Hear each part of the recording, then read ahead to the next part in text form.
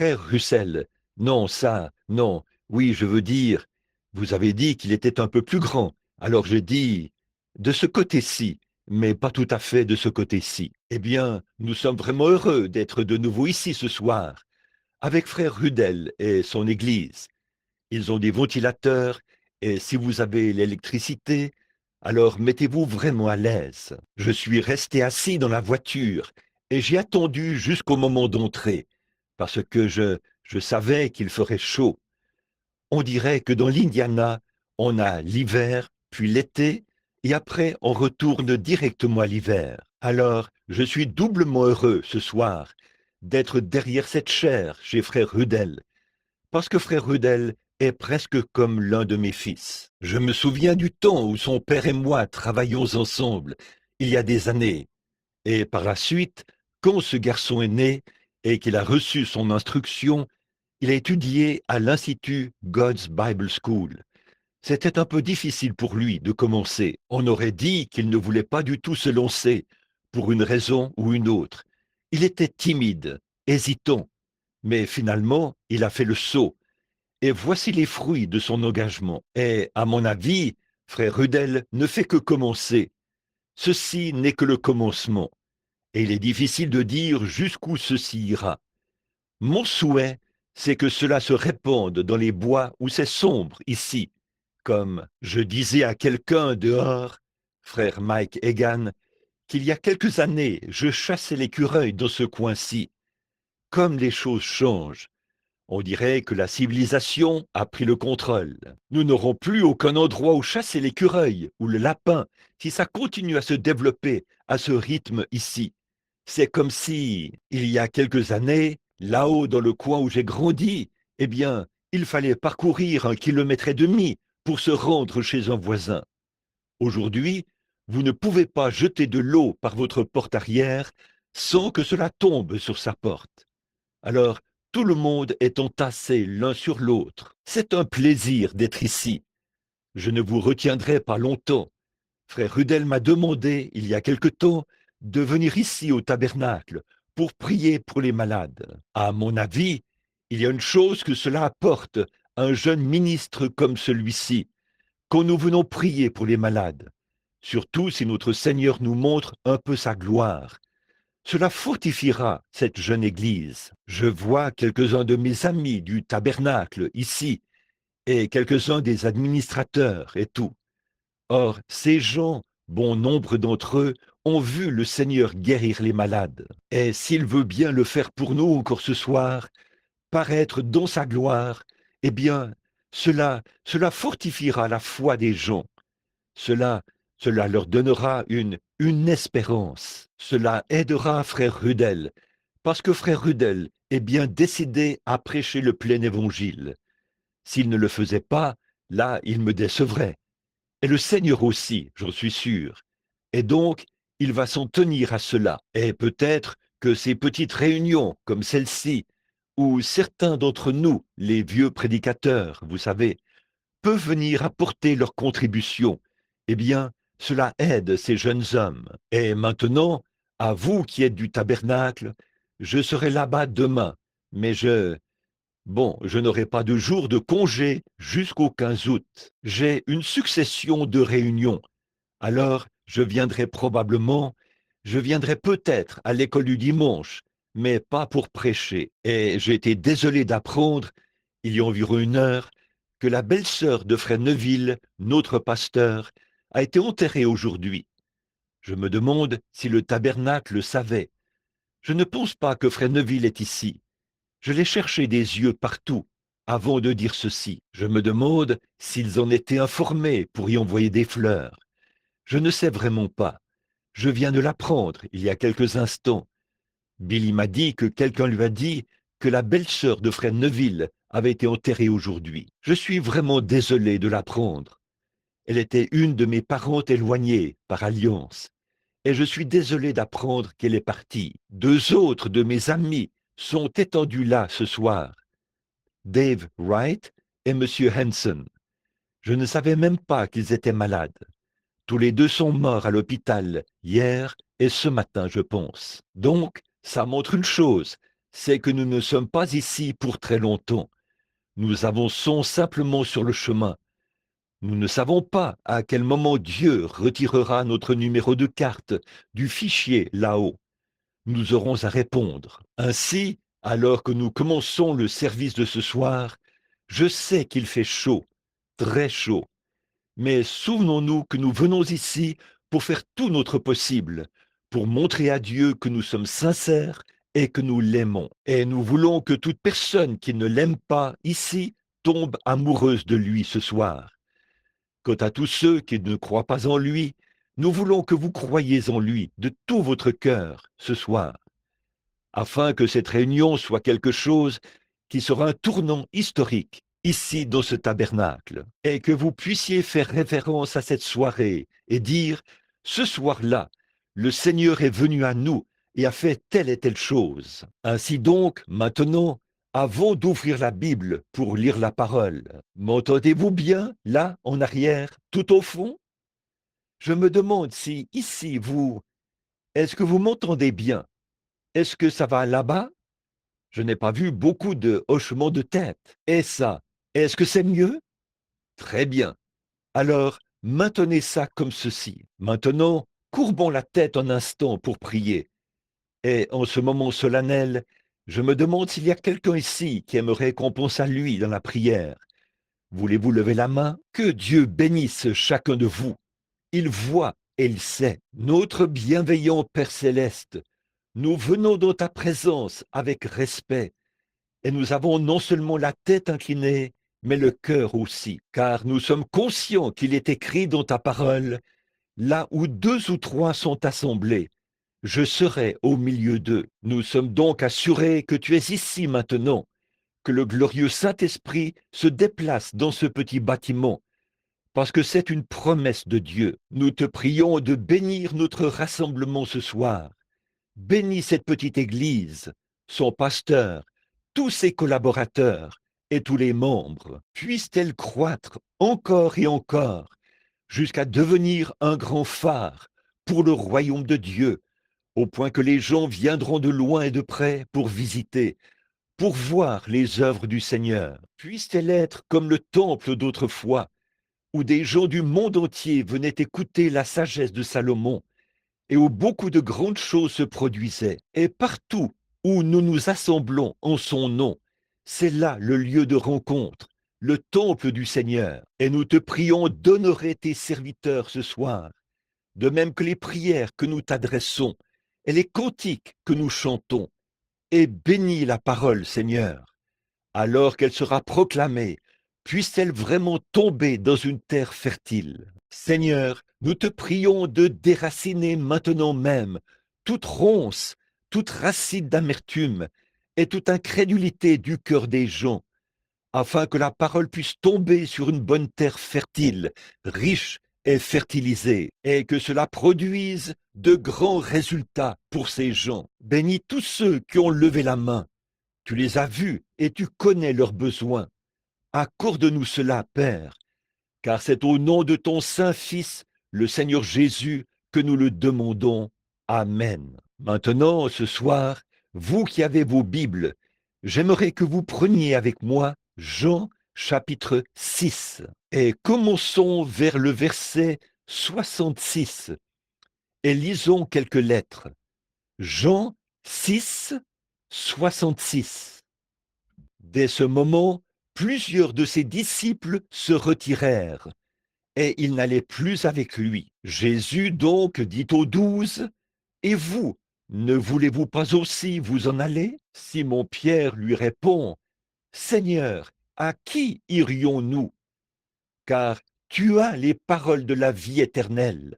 Et nous avons cru et nous avons connu que tu es le Christ, le Fils du Dieu vivant. Si je peux appeler cela un sujet, j'aimerais l'intituler « À qui irions-nous » Vous savez, les gens aujourd'hui ressemblent beaucoup à ceux de cette époque-là. Les gens marchent sans savoir où ils vont. Et cela semble être le moindre de leurs soucis. Ils ont la facilité d'aller où bon leur semble. Et c'est le genre de personnes qui sont en quête de plaisir. L'homme est à peu près dans le même état qu'il était quand il a abandonné Dieu dans le jardin d'Éden et qu'il a dû se débrouiller tout seul. Il laisse simplement Dieu de côté, va où bon lui semble, et il est avide de plaisir, en quelque sorte. Et il n'a pas beaucoup changé par rapport à ses conceptions. Il n'a pas beaucoup changé par rapport à ses idées.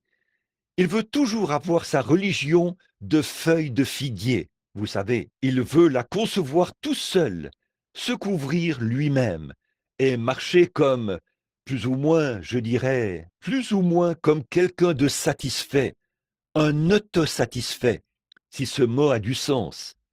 Il essaie de se convaincre qu'il est satisfait, alors qu'au fond de son âme, il sait qu'il est dans l'erreur. Il sait que tout ce que l'homme fait est souillé dès le départ, et il ne peut pas plus se sauver lui-même qu'il pourrait se hisser jusqu'à la lune à la force du poignet.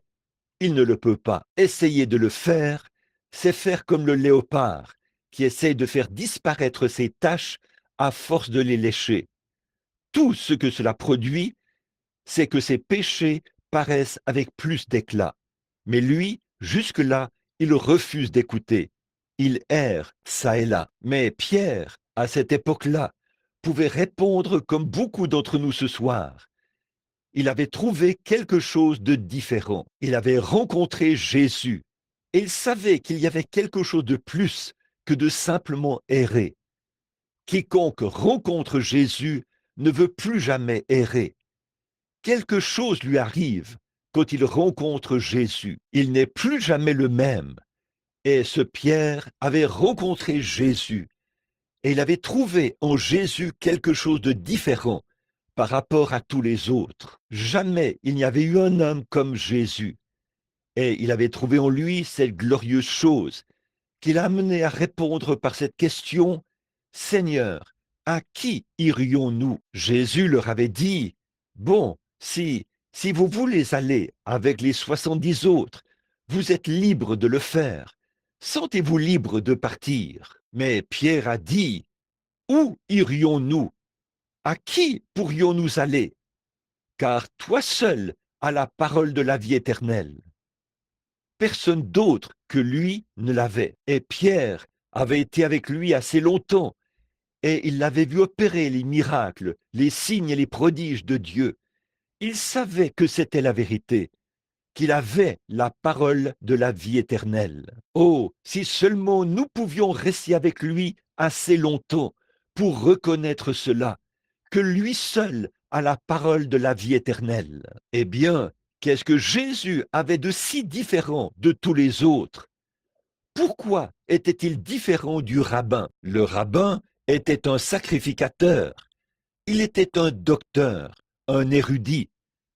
Probablement qu'il était de loin supérieur à Jésus dans le domaine de l'instruction de ce monde. Il n'est mentionné nulle part que Jésus ait fréquenté une école ou qu'il ait appris quoi que ce soit des hommes.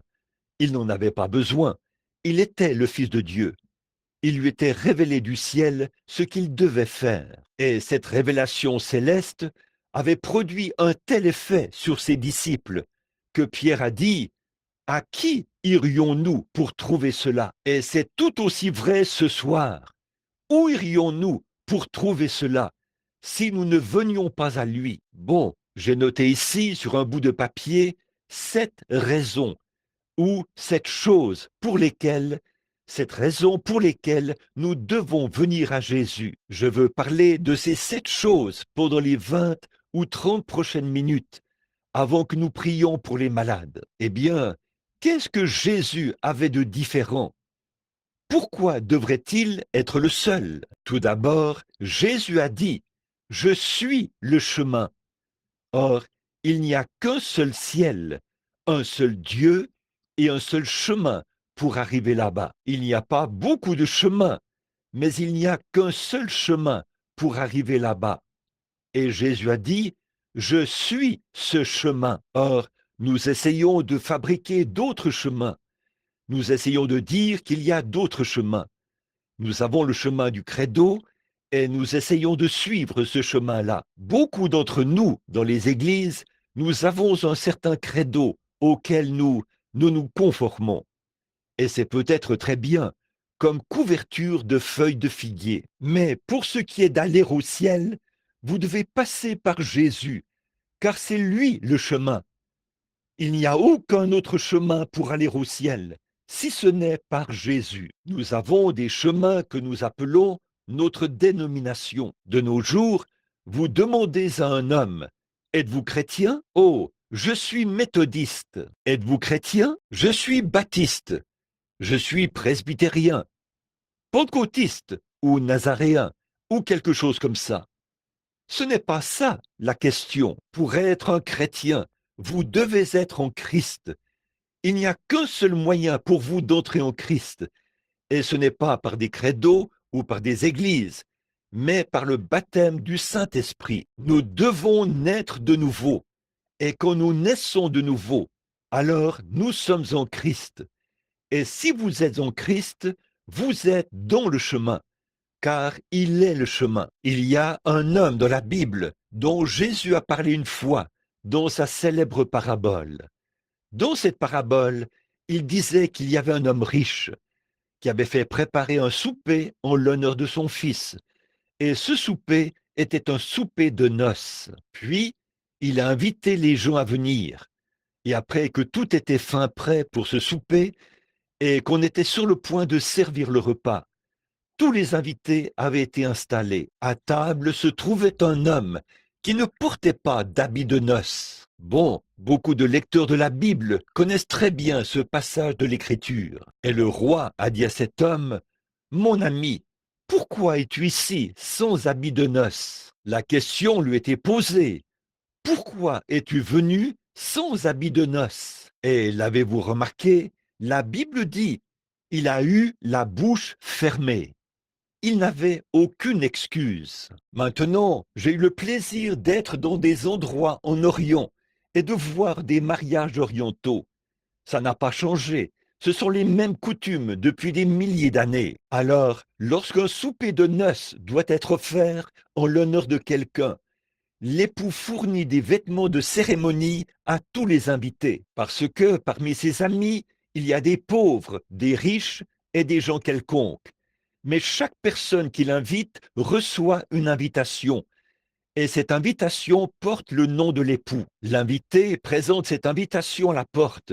Il y a un portier qui se tient à la porte, et c'est lui qui a les vêtements. Par conséquent, un homme très bien vêtu se présente là, et le portier lui met le vêtement de cérémonie ordinaire.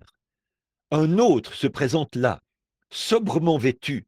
Il n'est pas si mal habillé, mais il reçoit le même genre de vêtements de cérémonie que l'homme riche. Et puis, le suivant arrive. Oh, sans doute que comme il avait été invité au souper, il voulait tellement faire honneur à son ami qu'il a lavé ses vêtements. Et oh, il a fait tant de choses pour se préparer. Mais c'est en vain qu'il l'a fait. C'est pareil avec nous. Nous ne pouvons rien y faire. Dieu a pourvu à notre salut par Jésus-Christ. Et ce n'est pas parce que nous sommes capables de faire ou par le nombre de bonnes choses que nous pouvons faire. Et tout cela, c'est très bien. Je n'ai rien à dire contre ça. Mais c'est par la grâce que vous êtes sauvés, par le moyen de la foi. Ainsi donc, cet homme pauvre reçoit le même genre de vêtements de cérémonie que l'homme riche a reçu et que l'autre homme a reçu. Ainsi, lorsqu'ils se retrouvent autour de la table, ils ont tous la même apparence. Maintenant, qu'est-il arrivé à cet homme? Qu'est-il arrivé? Il a eu la bouche fermée, parce qu'il était entré par une fenêtre, ou par une porte latérale, ou par un autre chemin que le chemin qui avait été prévu pour l'accueillir. Et il n'avait pas reçu le vêtement de cérémonie. Il en sera ainsi au jour du jugement. Il existe d'autres chemins. Il y a des chemins d'église, il y a des chemins de credo, il y a des chemins pour toutes sortes de choses. Mais Jésus a dit, c'est moi qui suis le chemin. Dans Jean 10, il a dit, je suis la porte de la bergerie. Et aujourd'hui, les gens, tout comme il en était à l'époque, ils refusent tout simplement de suivre ce chemin-là. Ils veulent suivre leur propre chemin. Ils se disent que c'est tout aussi bon. Il y a quelque temps ici, je crois que c'était à Louisville, il y avait un jeune homme. Il avait un problème à l'une de ses oreilles. Eh bien, il est allé voir son médecin, et son médecin lui a prodigué des soins pendant plusieurs semaines. Et ça empirait. Finalement, le médecin a dit, il faut que je vous envoie chez un spécialiste. Et quand le spécialiste a établi son diagnostic, il a utilisé un terme médical très compliqué. En fait, je ne crois pas que si je le connaissais, si je pouvais le prononcer, il faudrait d'abord que je mette cela par écrit et que je m'exerce à épeler cela pendant 1 heure. Et puis, vous ne sauriez pas ce que j'aurais dit, que je l'aurais épelé ou prononcé, parce que, pour commencer, je ne saurais pas ce que c'est. Mais c'était un problème au niveau de son oreille, qui aurait pu lui coûter la vie. Et il a dit, le cas est très avancé, et je ne connais personne d'autre qui puisse établir un diagnostic plus complet de ce cas, pour confirmer ou infirmer mon diagnostic, en dehors d'un certain homme qui habite à Saint-Louis, un médecin. Le jeune homme s'est rapidement rendu à Saint-Louis. Ce médecin avait pris sa retraite et s'était installé à la Nouvelle-Orléans. Il était du Sud, alors il était retourné à la Nouvelle-Orléans. Le jeune homme a rapidement pris l'avion et il s'est rendu à la Nouvelle-Orléans au plus vite. Le vieux médecin l'a examiné et a dit « Ils ont établi le bon diagnostic, fiston, et c'est un stade très avancé. » Et le jeune homme a dit « Docteur, voulez-vous faire l'opération ?» Il a dit « Non, fiston, je ne peux pas le faire. Ma main n'est pas assez stable. » Il a dit « Eh bien, il y a à ma connaissance un seul homme dans le monde entier qui puisse faire cette opération. » Et il a ajouté « Cet homme est en ce moment même à New York, en partance pour 6 mois de vacances en Europe. Et je ne sais même pas si vous pourrez le rattraper. Et même si vous le rattrapiez, je ne sais même pas s'il ferait l'opération. C'est à ma connaissance le seul spécialiste de cette maladie rare qui puisse faire cette opération. Et vous ne pouvez pas attendre. Vous serez mort d'ici 6 mois. Il a dit, prenez le téléphone, appelez-le, faites quelque chose. Je ne veux pas mourir. Contactez-le d'une manière ou d'une autre. Finalement, ils ont pu joindre le médecin et il a consenti à faire l'opération. Eh bien, quand ce jeune homme est allé consulter le vieux médecin et qu'il lui a dit quel était son problème et qu'il n'y avait qu'un seul homme qui pouvait faire l'opération, il n'a pas regardé le vieux médecin comme certaines personnes regardent un ministre lorsqu'il leur dit que Jésus est le seul chemin qui mène au salut. Il n'a pas regardé le médecin et dit « Très beau discours, docteur. J'ai vraiment aimé votre exposé. Je reviendrai vous écouter à une autre occasion. » Eh bien, c'est comme ça que les gens considèrent le christianisme. Mais si seulement vous vous rendiez compte que de rejeter ce chemin, c'est la mort. C'est pour ça que Pierre a dit, « À qui irions-nous? Car toi seul as la vie éternelle. » Tu es la seule personne et le seul chemin que Dieu a établi. Et ça, c'est la vie éternelle. Alors, nous devons nous rappeler qu'il est le chemin. Et si on est en Christ, on entre en Christ en naissant en Christ. Bon, ça ne sert à rien de parler du chemin aux gens et de leur expliquer ce qu'est le chemin, à moins de leur dire comment y entrer. Donc, on est en Christ. On devient une partie de lui. On devient une nouvelle créature ou une nouvelle création quand on est dans le royaume de Dieu. On devient une partie de Christ. Quand je suis né dans la famille Branham, je suis devenu un Branham par la naissance. C'est de cette manière qu'on devient une partie de Christ. Et la manière d'entrer dans le chemin, c'est par la nouvelle naissance. C'est vrai. C'est comme ça qu'on entre dans le chemin. Et Jésus a dit, « Je suis le chemin. » Nous pourrions rester longtemps là-dessus, mais la chose suivante qu'il est, il est la vérité. Rien ni personne d'autre que lui n'a la vérité. Oh, je sais qu'aujourd'hui, nous avons des gens religieux qui vont ça et là en disant, « Eh bien là, nous sommes la vérité. Nous avons la vérité. » Nous allons à une église. Ils disent, nous avons la vérité. Nous allons à une autre église. Ils disent, non credo, nous avons la vérité. Nous allons encore ailleurs. Nous avons le catéchisme d'autrefois. Nous avons la vérité. Jésus a dit qu'il était la vérité. Alors, vous ne pouvez pas avoir la vérité tant que vous n'avez pas Jésus. Comment le recevez-vous? Par la nouvelle naissance. Mais vous ne pouvez pas avoir la vérité tant que vous n'avez pas Jésus. Vous ne pouvez pas être sur le chemin tant que vous n'êtes pas en Jésus. Comment entre-t-on en lui? Par un seul esprit, nous avons tous été baptisés pour former un seul corps. Là, on est en Jésus. Là, on est dans le chemin. Là, on est dans la vérité. Jésus a dit, je suis le chemin, la vérité. Et une autre chose, la troisième chose au sujet de Jésus. Pourquoi nous devons venir à lui? Il est la seule lumière qui soit. C'est vrai. Oh, nous ne voulons pas être d'accord là-dessus, mais c'est vrai. Jésus est la seule lumière qui soit. Vous dites, je suis russelliste, combélite, quoi que vous soyez, c'est une fausse lumière. Il se peut que vous fassiez partie de l'église russelliste. Il se peut que vous fassiez partie d'une église combélite ou d'une autre église dite de lumière. Mais tant que vous n'êtes pas en Jésus, vous n'êtes pas dans la lumière. Vous êtes encore dans les ténèbres. Vous n'avez pas la lumière tant que vous ne venez pas à lui. Car il est le chemin, la vérité et la lumière.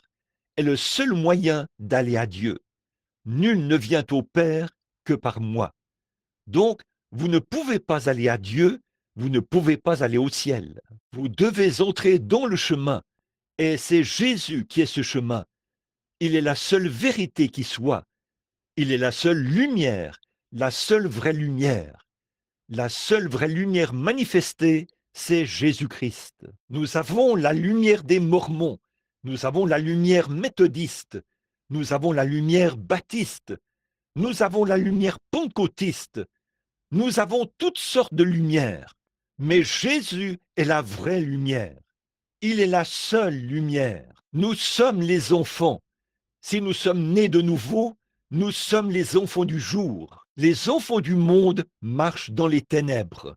Ils marchent la nuit. Ils aiment les ténèbres. La Bible dit, les hommes aiment, les gens aiment les ténèbres plus que la lumière, parce que la lumière rendrait leurs œuvres manifestes. Dès que le soleil se lève, chaque lézard, chaque bestiole, les insectes du royaume des ténèbres, qui marchent la nuit, ils iront se cacher sous quelque chose. C'est pareil quand la lumière de l'Évangile commence à briller. Chaque mauvaise action essaye de se cacher sous quelque chose. Oh, disent-ils, nous avons la lumière, parce que nous vivons la nuit. Si vous marchez dans la lumière la nuit, c'est que vous marchez sous une lumière artificielle. Il n'y a qu'une seule vraie lumière du jour, c'est la lumière du soleil. Il n'y a qu'une seule vraie lumière chrétienne, c'est la lumière du Fils de Dieu. Il est la seule vraie lumière. Oui, en lui est la vie, aussi sûr que la lumière du soleil produit la vie. Toute vie botanique pousse à la lumière du soleil. L'année dernière, c'était... Et l'hiver est arrivé, avec le gel et tout. Mais dès que le soleil a commencé à briller sur la terre, qu'est-ce qui s'est passé? Une nouvelle vie est apparue. Une nouvelle, je parlais à un homme, Monsieur Wood, qui est au fond. Nous étions dans le Kentucky. J'ai rencontré un homme qui était censé être un incrédule. J'ai appris qu'il vient de mourir. Et lui, Monsieur Wood, était allé lui demander si nous pouvions chasser l'écureuil sur ses terres. Il a dit, « Bien sûr, Banks, tu peux chasser l'écureuil. Vas-y. » Il a dit, « Je suis venu avec mon pasteur. » Il a dit, « Wood, ne me dis pas que tu es tombé si bas que tu dois traîner un prédicateur partout où tu vas. » Et il a dit, « Je suis sorti de la voiture et je suis allé les retrouver. » Il y avait là un pommier sous lequel un autre vieil homme et lui étaient assis.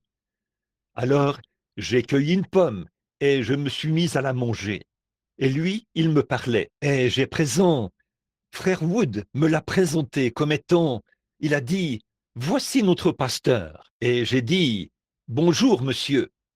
Nous avons parlé un peu. Eh bien, il s'est mis à dire qu'il n'avait jamais mis les pieds dans une église et qu'il ne pensait pas avoir manqué quoi que ce soit en n'y allant pas. J'ai dit, oh, que si.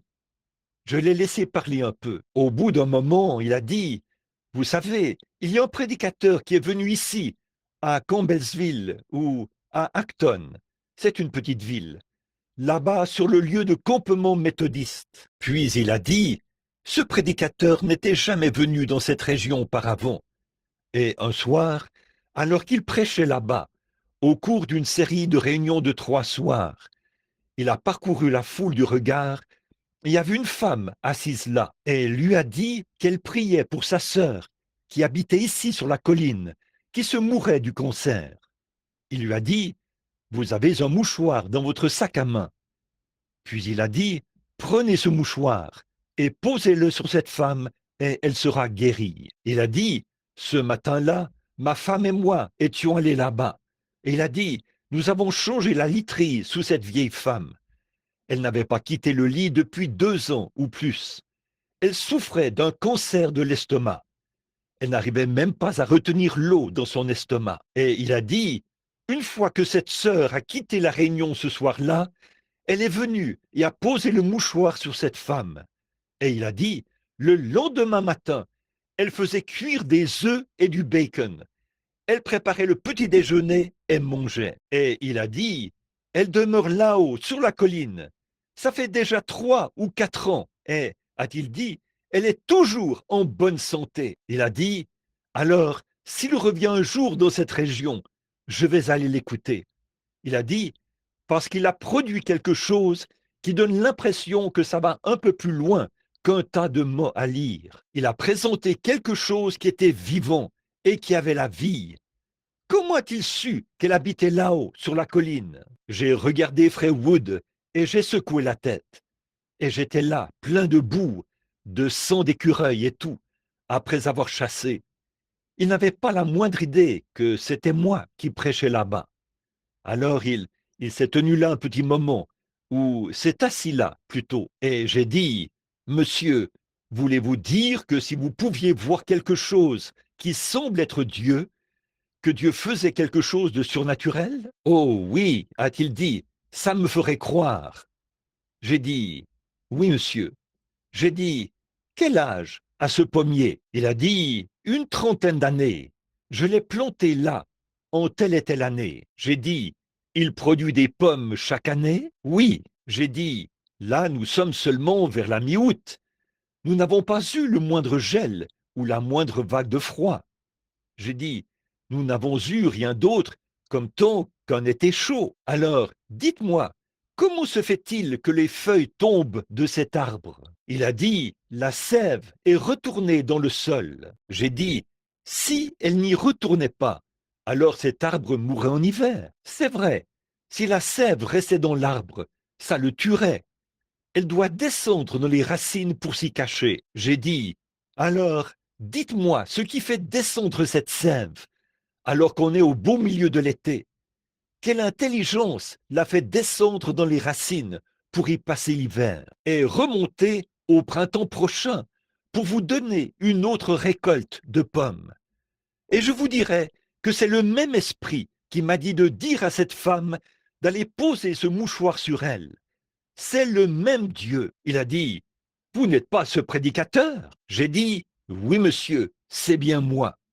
J'ai dit, vous voyez, vous cherchez quelque chose dans une réunion, mais Dieu est juste là, partout, autour de vous. Vous ne pouvez pas manquer de voir cela. Observez la nature. Bon, certaines personnes pourraient refuser de marcher à la lumière du soleil.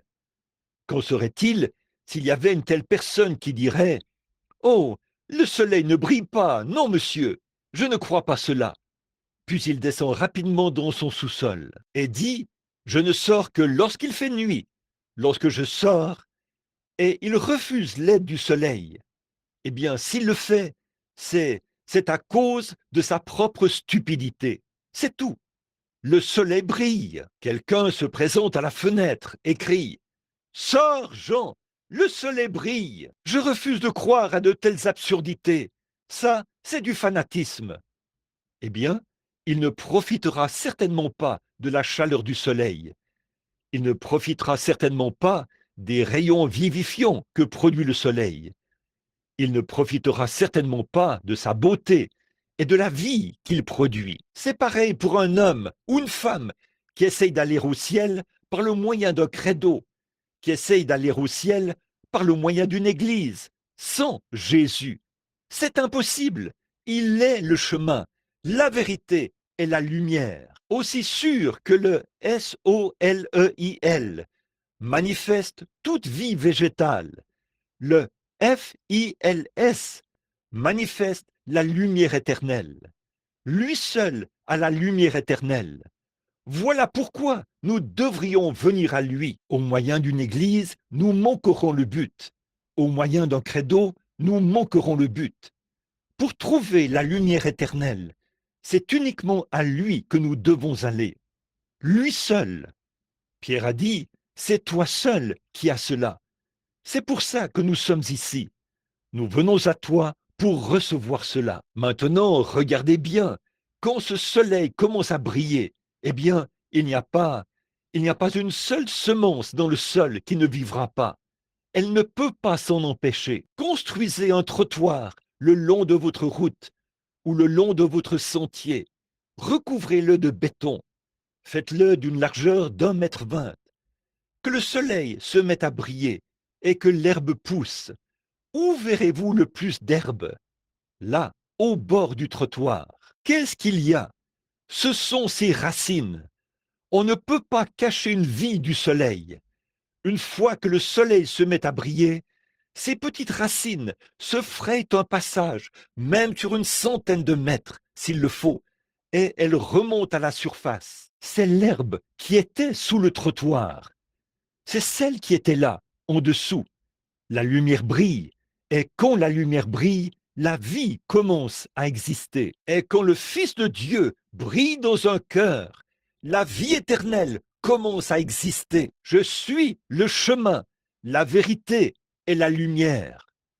Voilà 3 raisons pour lesquelles nous devrions venir. La 4e, c'est que Jésus est le seul fondement sûr et certain sur lequel on peut bâtir quoi que ce soit.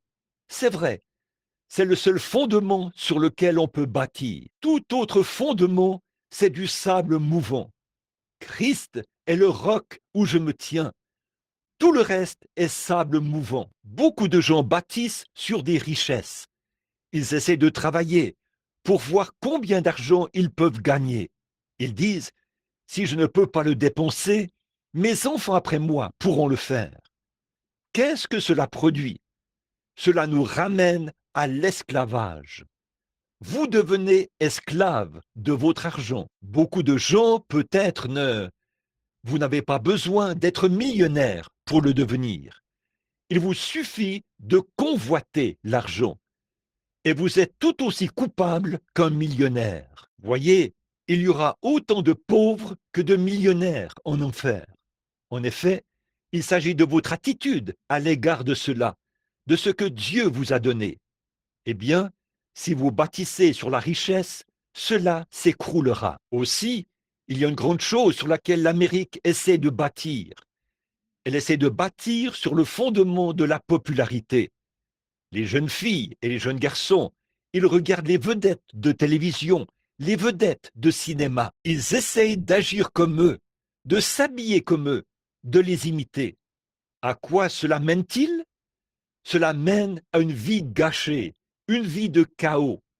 C'est du chaume et du foin, ce qui sera brûlé au jugement. Jésus est le seul fondement sûr. C'est pour ça que nous devrions venir à lui. Personne d'autre n'a ce fondement. Les richesses ne l'ont pas.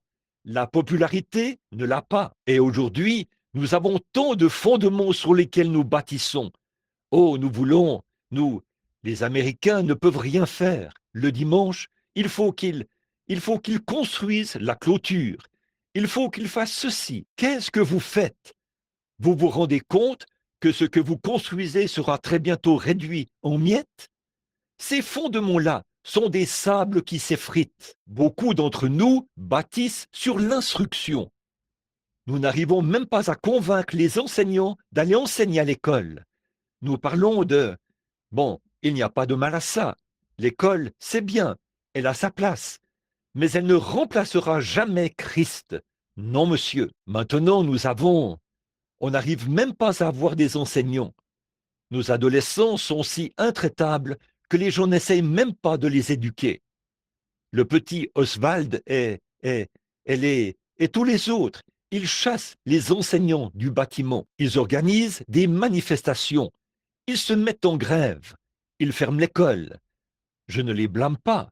Moi non plus, je ne voudrais pas être un enseignant si je le pouvais. Mais nous parlons d'instruction. Bon, l'instruction, il n'y a pas de mal à ça. Nous ne voulons pas d'un tas d'analphabètes, mais nous voulons que l'instruction soit à sa place.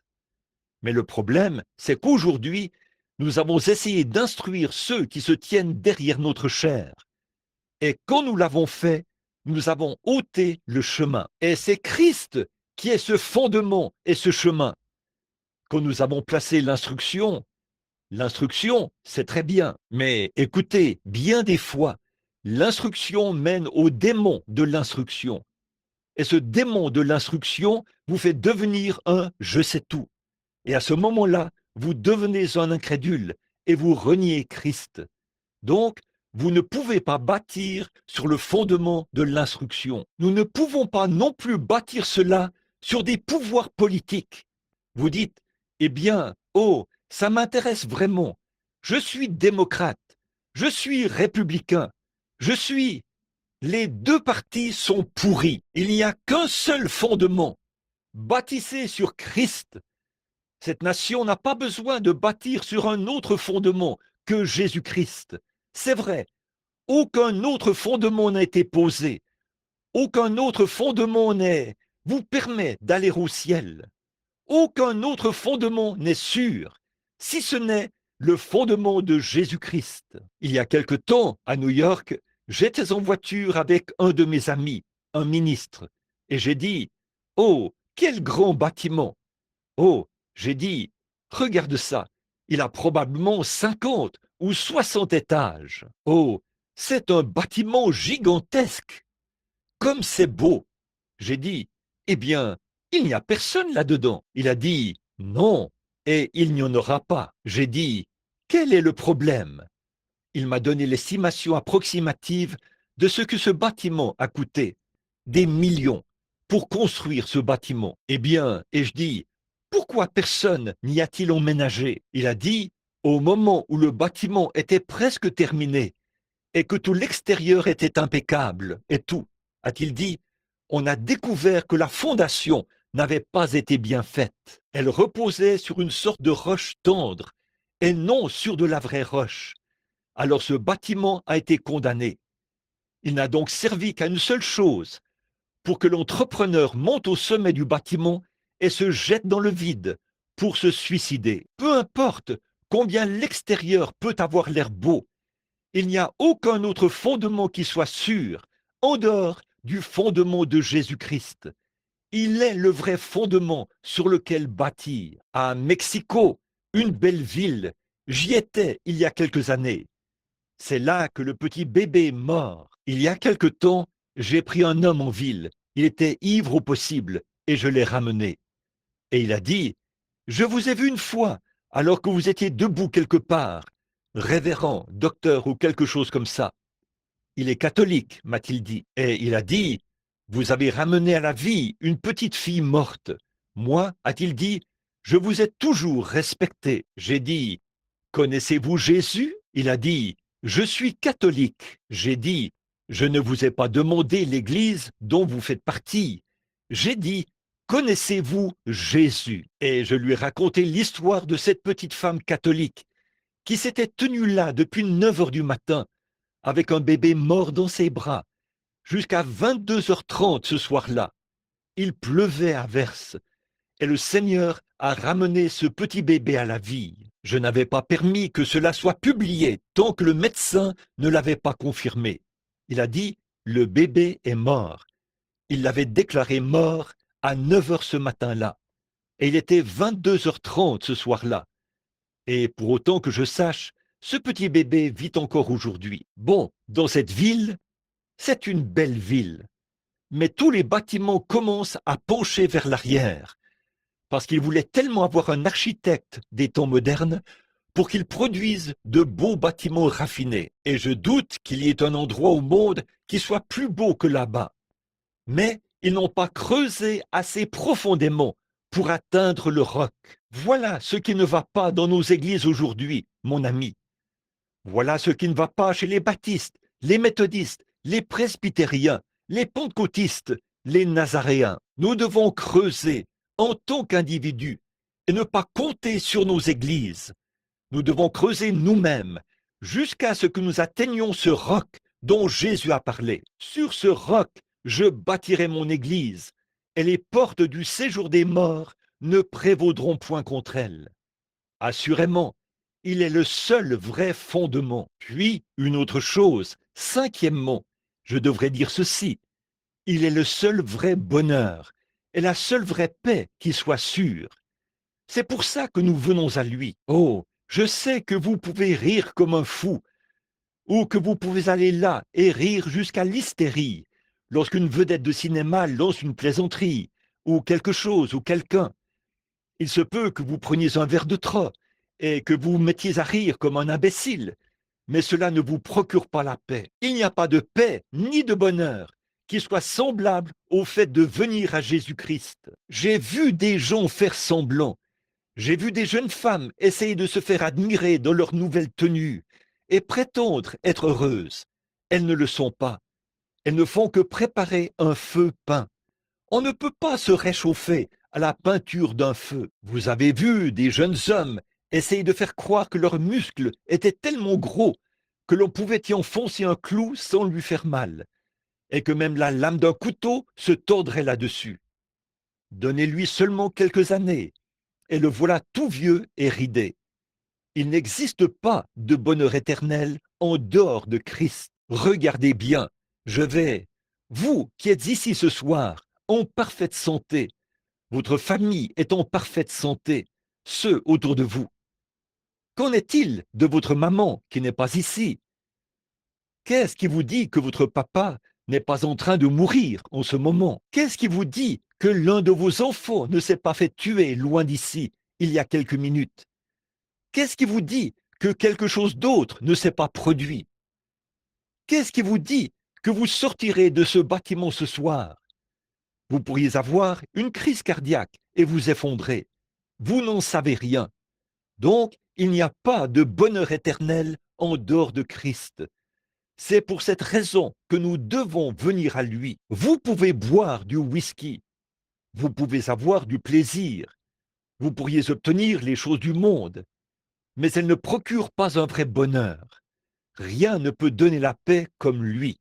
Il donne la paix. Oh, dites-vous, j'ai la paix. Si jamais vous avez trouvé la vraie paix, c'est que vous avez Jésus.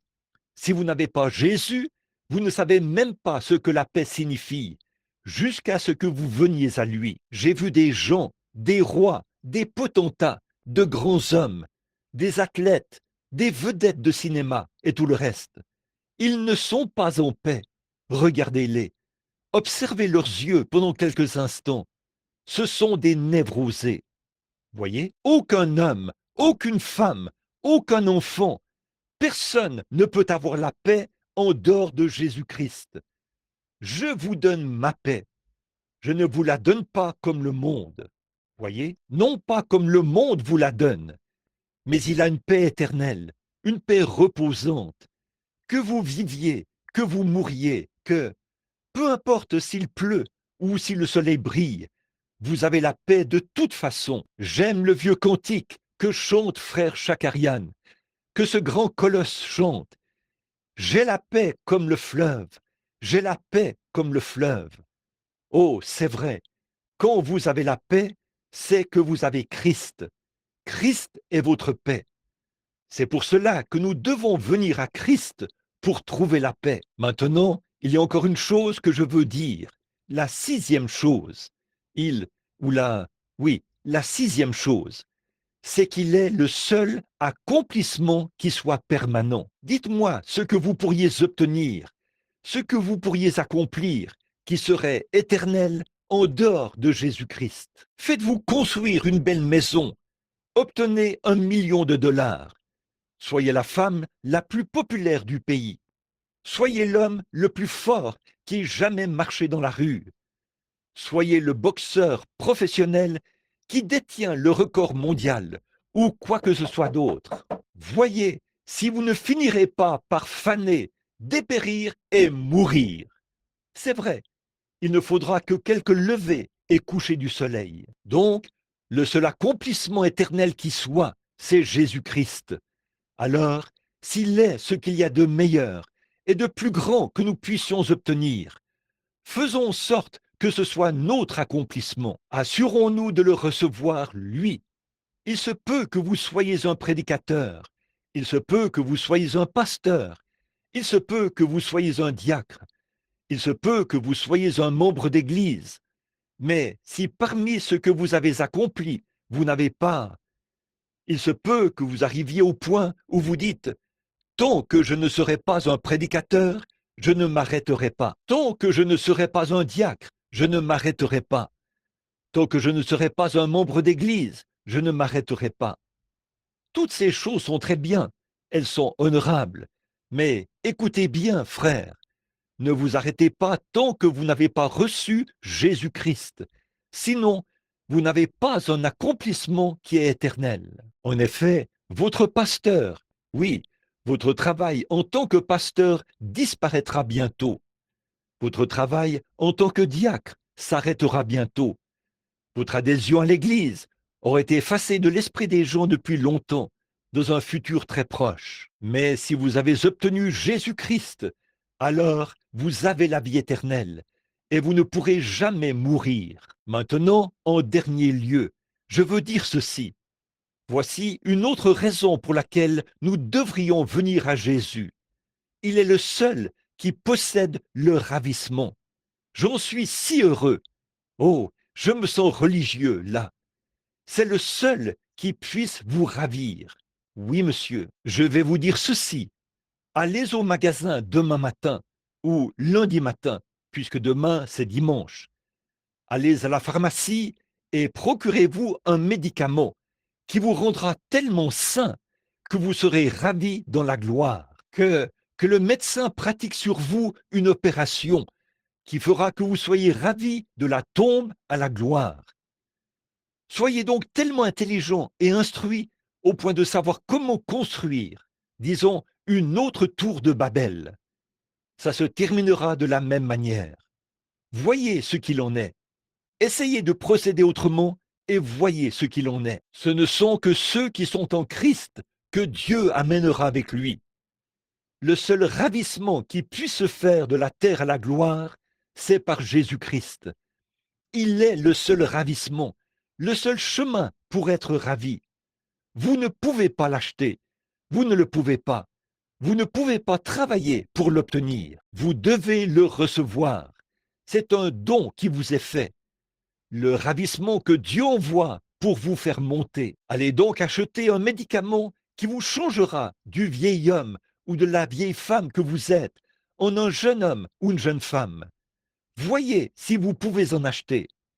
Vous ne le pourrez jamais. Ça n'existera jamais dans le domaine médical. Ça n'existera jamais dans aucun autre domaine en dehors de Jésus-Christ. Mais il a dit ceci, celui qui mange ma chair et boit mon sang a la vie éternelle, et je le ressusciterai au dernier jour. Je le ravirai, le ferai monter dans la gloire. Si ce corps terrestre est détruit, si cette tente où nous habitons sur la terre est détruite, nous en avons une autre qui nous attend. Le ravissement, un changement de demeure, quitter un endroit pour aller à un autre. Il est le seul qui est la vie éternelle. Il est le seul qui est le bonheur. Puis-je aussi dire ceci? Il est le seul. En lui, c'est le seul endroit où vous pouvez aller et où vous pouvez le voir. Le seul endroit où vous ne pourrez jamais le comprendre, c'est quand vous entrez en lui. Vous devez entrer en lui pour comprendre cela. Sinon, vous allez seulement vous poser des questions et vous démener en vain. Vous ferez des suppositions et ce sera une énigme pour vous. Vous ne le comprendrez jamais. C'est pour ça qu'à cette époque-là, les Juifs disaient, eh bien, ce gars-là est Belzébul. Ce gars-là est ceci, cela et autre chose. Ils ne sont jamais venus à lui. Ils ne l'ont jamais accepté comme étant le chemin. Ils ne l'ont jamais accepté comme étant la vérité, comme étant la lumière, comme étant le fondement, comme étant le premier, comme étant le dernier, comme étant l'alpha, l'oméga et toutes ces autres choses qu'il est. Il est le tout en tout. C'est la raison pour laquelle ils ne pouvaient pas le comprendre quand ils le voyaient. Voilà Philippe qui est arrivé. Il est allé chercher Nathanaël, avait emmené Nathanaël là-bas. Et Nathanaël, Jésus est entré dans la présence de Jésus. Quand Nathanaël est entré dans la présence de Jésus plutôt, Jésus l'a regardé et a dit, voici un Israélite en qui il n'y a point de fraude. Il a dit, Rabbi, d'où me connais-tu? Il a dit, avant que Philippe t'appelle, quand tu étais sous l'arbre, je t'ai vu. Les rats, les prédicateurs qui se tenaient là, les sacrificateurs, ils ont dit, cet homme est Belzébul, il a le diable en lui. C'est un diseur de bonne aventure. Jésus a dit, si vous dites cela contre moi, je vous pardonnerai. Mais un jour, le Saint-Esprit viendra pour faire la même chose, et une seule parole prononcée contre lui ne sera jamais pardonnée, ni dans ce siècle, ni dans le siècle à venir. Comment pouvez-vous, a-t-il dit, comment pouvez-vous me condamner, alors que votre propre parole dit que vous êtes des dieux? Et si on a appelé des dieux ceux à qui la parole de Dieu est venue, comment pouvez-vous me condamner quand je dis que je suis le Fils de Dieu? Si vous aviez connu mon Père, vous m'auriez aussi connu. C'est vrai, il a dit, nul ne peut venir à moi si mon Père ne l'attire. Nul ne comprendra Dieu sauf Christ, sauf si vous acceptez Christ. Vous ne pouvez pas comprendre la guérison divine. Eh bien, quelqu'un dira, Jésus-Christ est le même hier, aujourd'hui et éternellement. Le petit pasteur qui est ici pourrait prêcher cela. Et certains d'entre vous pourraient se gratter la tête et dire, ah, je ne crois pas ça. Voyez, vous n'êtes pas en état de croire cela. Acceptez-le simplement par la foi, et là, vous le verrez. Jésus a dit, encore un peu de temps, et le monde ne me verra plus. C'est-à-dire que l'ordre du monde ne me verra plus. Mais vous me verrez, vous, le croyant, car je serai avec vous, et même en vous, jusqu'à la fin du monde. Vous ferez, vous aussi, les œuvres que je fais. Vous en ferez même davantage, car je m'en vais au Père. Je m'en irai, puis je reviendrai, et je serai avec vous. Nicodème a posé la question, comment puis-je naître de nouveau? Je suis un vieil homme, et rentrer dans le sein de ma mère. Il a dit, si un homme ne naît de nouveau, il ne peut voir le royaume de Dieu. En fait, la bonne traduction de cela, c'est comprendre, comprendre le royaume de Dieu. Le royaume de Dieu est en vous. Vous ne pouvez donc pas vraiment le voir, à moins de le voir agir. Mais le seul moyen pour vous de comprendre cela, c'est de naître de nouveau. Naître de nouveau, c'est avoir été rempli de l'Esprit de Dieu. Et là, vous êtes en Christ. Et quand vous êtes en Christ, le Saint-Esprit qui a écrit la Bible et qui a manifesté Christ est en vous, pour se reconnaître lui-même. Amen. C'est pourquoi vous devez venir à lui. Voilà ce qui ne va pas avec l'Amérique aujourd'hui. Ces réunions ont balayé le pays de l'est à l'ouest, du nord au sud. C'est pour ça que la bombe atomique a été placée là-bas contre cette nation. C'est pour ça qu'une destruction est proche. C'est parce que les œuvres de Dieu ont été manifestées et que les gens se sont éloignés et ont rejeté cela, parce qu'ils ne veulent pas de lui. Ils ont honte de lui.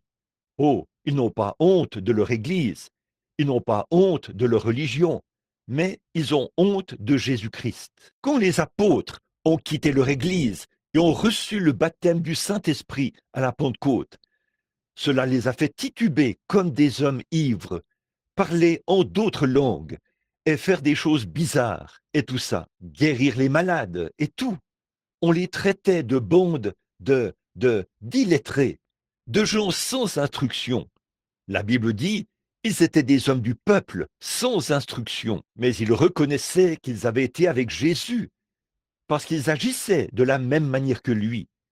Ils savaient que sa vie était en eux, parce qu'ils faisaient les œuvres qu'il faisait. Jésus a dit, dans Jean 14, 7, « Celui qui croit en moi fera lui aussi les œuvres que je fais. » Voilà, c'est ça.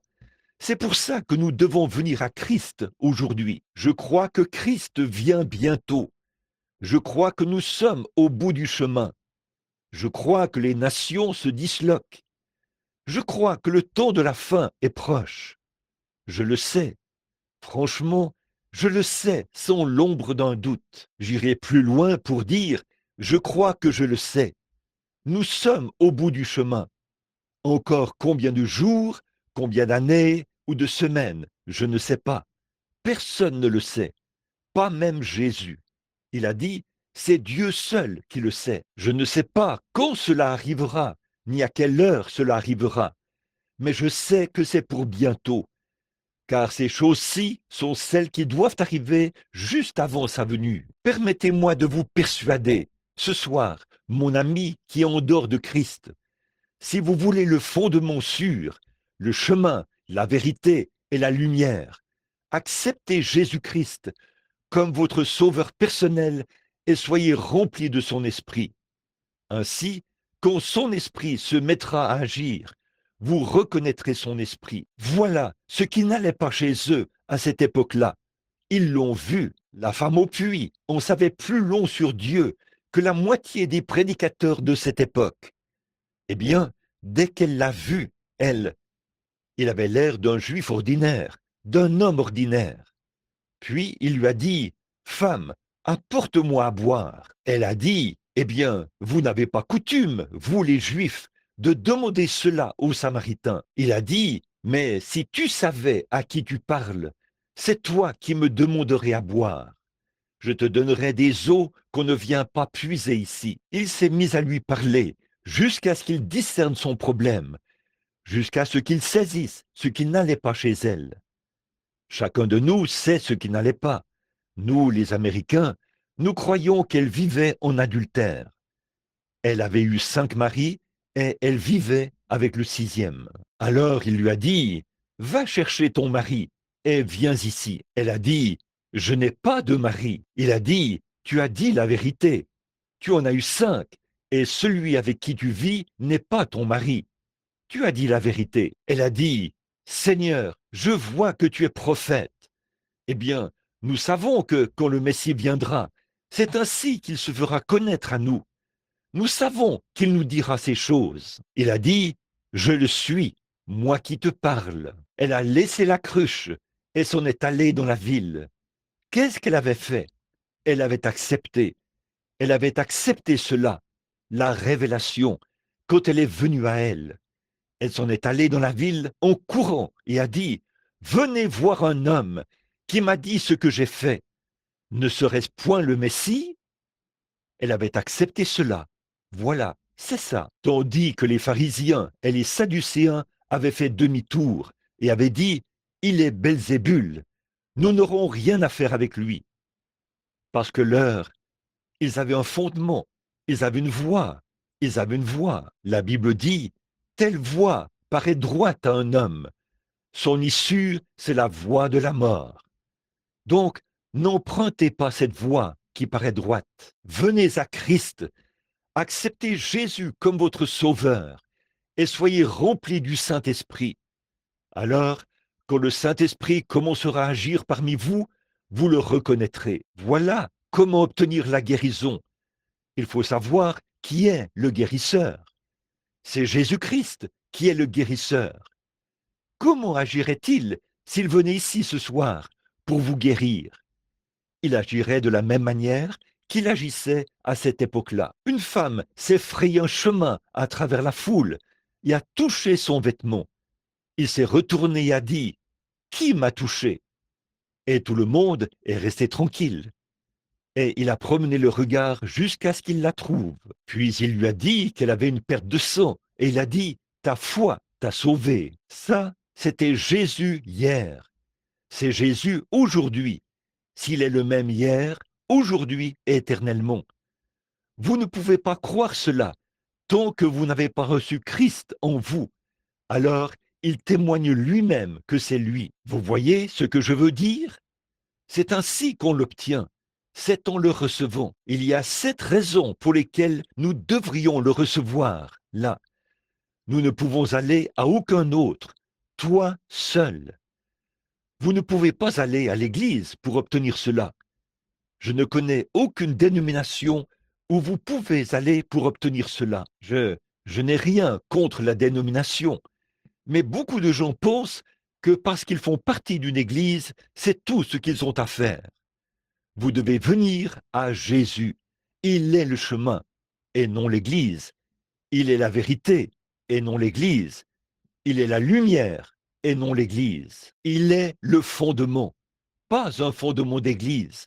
Il est le bonheur éternel, la vie éternelle, le seul accomplissement qui soit permanent, le seul ravissement, le seul chemin qui permet de connaître Dieu, le seul chemin qui permet de voir la révélation, le seul chemin pour recevoir la guérison, c'est de venir à lui. Vous devez venir à lui et le reconnaître, croire en lui. Bon, vous dites, eh bien, frère Branham, je n'ai jamais vu de telles œuvres se produire. Eh bien, j'espère que vous en verrez. J'espère que vous verrez cela.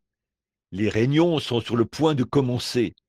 Je veux que vous qui êtes ici, qui voulez le trouver, le connaître, que vous priez pour le connaître. Combien aimeraient le connaître afin de pouvoir le reconnaître si son esprit vient dans les réunions? Levez la main. Dites, j'aimerais le connaître au point de le reconnaître. Je vous remercie. Comment le reconnaîtriez-vous? Du fait qu'il ferait les mêmes œuvres qu'il faisait quand il était ici sur la terre. Maintenant, dans Jean 5, 19, qu'est-ce qu'il a dit? Il est passé près de la piscine de Bethesda, où se trouvait un grand nombre de gens, des infirmes et des atrophiés. Jésus est passé près de ces 2000 personnes ou plus. Il est passé près d'eux. Il a vu un homme étendu sur une paillasse, car il savait, vous voyez, il l'avait déjà vu. Ça faisait des années qu'il se trouvait là. Et il a dit, il n'était pas infirme, il pouvait marcher. Il a dit, veux-tu être guéri? Il a dit, je n'ai personne pour m'amener dans l'eau. Pendant que j'y vais, quelqu'un qui peut marcher plus vite me devance et y entre le premier. Il a dit, pendant que j'y vais, un autre descend avant moi. Il lui a dit, prends ton lit et rentre chez toi. L'homme a pris son lit et est parti en marchant. Il est parti et a laissé tous les autres là-bas. Bon, ça ne donnait pas une très bonne impression, n'est-ce pas? Mais ça, c'était Jésus. Dans le cœur, pourquoi? Maintenant, si vous continuez la lecture, un autre verset, le verset 19, vous comprendrez pourquoi il l'a fait. Quand on lui a posé la question, il a dit, en vérité, je vous le dis, le Fils ne peut rien faire de lui-même. Il ne fait que ce qu'il voit faire au Père. Et le Fils aussi le fait. Vous le voyez? Comme le Père agit, moi aussi j'agis jusqu'à présent. Autrement dit, le Père me montre une vision. Je vois ce qu'il me dit de faire. Et je dis exactement ce qu'il me dit de dire. Je fais uniquement ce qu'il me dit de faire. Eh bien ça, c'est le fondement. Ça, c'est la vérité. Ça, c'est le chemin. Ça, c'est la lumière. Alléluia. Ça, c'est Jésus. Vous dites, je ne l'ai jamais vu. Permettez-moi de dire ceci pour terminer. Il y a quelques semaines, en Floride, près du golfe du Mexique, quelque part là-bas, ou quelque part dans les Keys, il y avait un médecin, Je pense que c'est ce qu'il était, qui était allé pour pêcher. Il, il a loué les services d'un vieux guide qui était censé être un très bon guide et qui était censé savoir comment l'amener sur les eaux et le ramener. Le vieux guide est monté dans le bateau, a quitté la berge. Il s'est servi de ses rames pour s'éloigner tout juste un peu du rivage et il a attendu un moment. Il ne faisait pas encore jour. Et cet homme s'est mis à sentir ces drôles de vents qui soufflent en rafale sur l'océan tous les matins.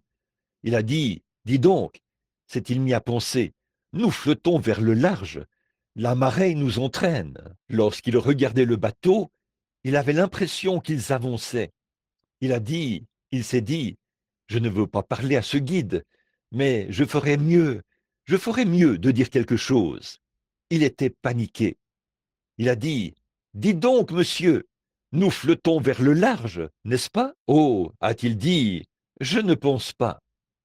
Calmement, tranquillement. Au bout d'un moment, il a remarqué que le bateau continuait d'avancer au milieu de ce brouillard et de cette obscurité. Il a dit, nous flottons vers le large, faites quelque chose. C'est vous le guide, faites quelque chose. Dépêchez-vous, nous sommes en train d'aller au large. Comment reviendrons-nous? Le vieux guide était assis là, calme au possible. Et il a dit, eh bien, attendez encore un peu. Il fera jour, et là, nous saurons où nous sommes. Attendez encore un peu. Puisse la vraie lumière de Dieu briller dans ce bâtiment ce soir. Alors, vous verrez où vous êtes.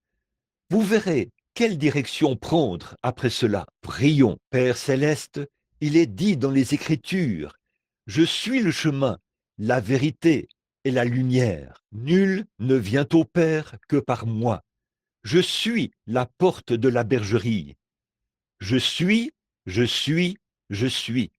Encore et encore, jusqu'à ce que tu finisses par dire, je suis le je suis. Ce je suis n'était ni hier ni demain. C'est toujours présent, le même. Je suis. Dans chaque âge, dans chaque génération, pour toute l'éternité, il est toujours je suis. Eh bien, tu es toujours ce grand je suis, pas le j'étais ou le je serai. Et pourtant, tu étais et tu seras. Mais tu es cependant toujours présent, le je suis. Ce n'est pas étonnant que l'apôtre ait dit, à qui irions-nous, Seigneur? À qui irions-nous? Nous te voyons faire ces choses. Nous savons que nul ne peut faire ces choses si Dieu n'est pas avec lui. Nicodème a fait la même déclaration. Rabbi, nous savons que tu es un docteur venu de Dieu. Nous le savons. Nous, les pharisiens, nous, les membres d'Église, nous le savons. Nous ne pouvons pas l'accepter. On nous mettrait à la porte de l'Église. Mais nous savons que tu es un docteur venu de Dieu, parce que personne ne peut faire les œuvres que tu fais si Dieu n'est avec lui. C'est la vérité, Seigneur. C'est pareil aujourd'hui. Tu es le même fondement, le même chemin, la même vérité, la même lumière, le même fondement. Tu es le même bonheur. Tu es le même ravissement. Tu es le même en tout. Tu es le même hier, aujourd'hui et éternellement. Le même qui connaît les secrets du cœur. Le même hier, aujourd'hui éternellement. Le même guérisseur. Le même sauveur. Ô Dieu, il se peut qu'il y ait des pécheurs ici. 20 ou 30 mains se sont levées tout à l'heure, quand j'ai demandé qui voudrait te voir. Je les ai fait attendre un peu plus longtemps, alors que je faisais ma dernière remarque. Attendez que le Fils brille, alors vous verrez où vous êtes. Ne soyez pas paniqués, ne quittez pas l'Église dans la précipitation. Ne soyez pas, dites pas, il fait trop chaud pour rester assis ici plus longtemps, mais attendons un peu. Attendons que le Fils brille. Attendons que la lumière paraisse. Attendons que Jésus entre en scène, qu'il agisse et qu'il fasse comme il le faisait quand il était ici sur la terre. Alors, nous verrons quelle direction prendre. Accorde le Père. Nous le demandons au nom de Jésus et pour sa gloire. Amen. Je sais qu'il fait chaud. Nous n'avons pas beaucoup de temps. Combien croient que ces déclarations sont vraies? Il n'y a pas d'autre chemin que l'on puisse emprunter. Il n'y a pas d'autre chemin. Eh bien, comment pouvez-vous en être sûr? J'ai condamné l'Église en tant qu'organisation. J'ai condamné le fondement sur lequel elle est bâtie, sur la doctrine des évêques et tout, ayant l'apparence de la piété, mais reniant ceux qui ont fait la force. En effet, ils ne croient pas à la guérison divine, ils ne croient pas au baptême du Saint-Esprit, ils ne croient pas aux doctrines du plein évangile. Leur dénomination, les pentecôtistes, sont en train de s'éloigner tout autant. C'est vrai, les Nazaréens, les pèlerins de la sainteté, ils ont dérivé parce qu'ils ont commencé à accepter la doctrine des hommes, la religion de feuilles de figuier. L'homme se promène. Où pouvons-nous aller? Serez-vous comme les 70 qui se détourneraient? Ou serez-vous comme Pierre ce soir et dire, Seigneur, où irions-nous? À qui d'autre pourrions-nous aller? Nous avons vu que tu as la parole de la vie éternelle. C'est toi seul qui l'as, et Jésus est le seul qui tient votre âme dans sa main. Votre Église ne peut pas vous aider. Christ vous aide. Où pouvez-vous avoir trouvé, ou croire, ou voir un fondement qui puisse accomplir quoi que ce soit après la mort? Qu'est-ce qu'une Église peut faire pour vous après la mort? Qu'est-ce qu'une Église peut faire pour vous après que les médecins vous ont abandonné? Qu'est-ce qu'un homme peut faire pour vous quand la science médicale vous a abandonné, alors que vous êtes rongé par un cancer? Rien du tout. Mais il y a un fondement, il y en a un, il y a un chemin, il y a une lumière, il y a un Dieu, il y a un guérisseur, il y a un sauveur, il y a un être glorifié, et il est au milieu de nous ce soir, parce qu'il a promis qu'il le serait. Et il a dit, là où 2 ou 3 sont assemblés en mon nom, je serai au milieu d'eux. Ils feront, eux aussi, les œuvres que je fais. Encore un peu de temps et le monde. Ça, c'est juste l'Église, les gens du dehors. Ils ne me verront plus. Mais vous, vous me verrez. Car je, et tous ceux qui ont déjà fréquenté l'école primaire savent que je est un pronom personnel. Voyez, je serai avec vous, et même en vous, jusqu'à la fin du monde.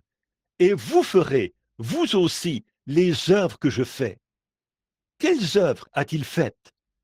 Ce que le Père lui a montré. C'est pour ça que j'ai dit dans ma dernière déclaration, attendez, je ne vous ai pas prêché en vain.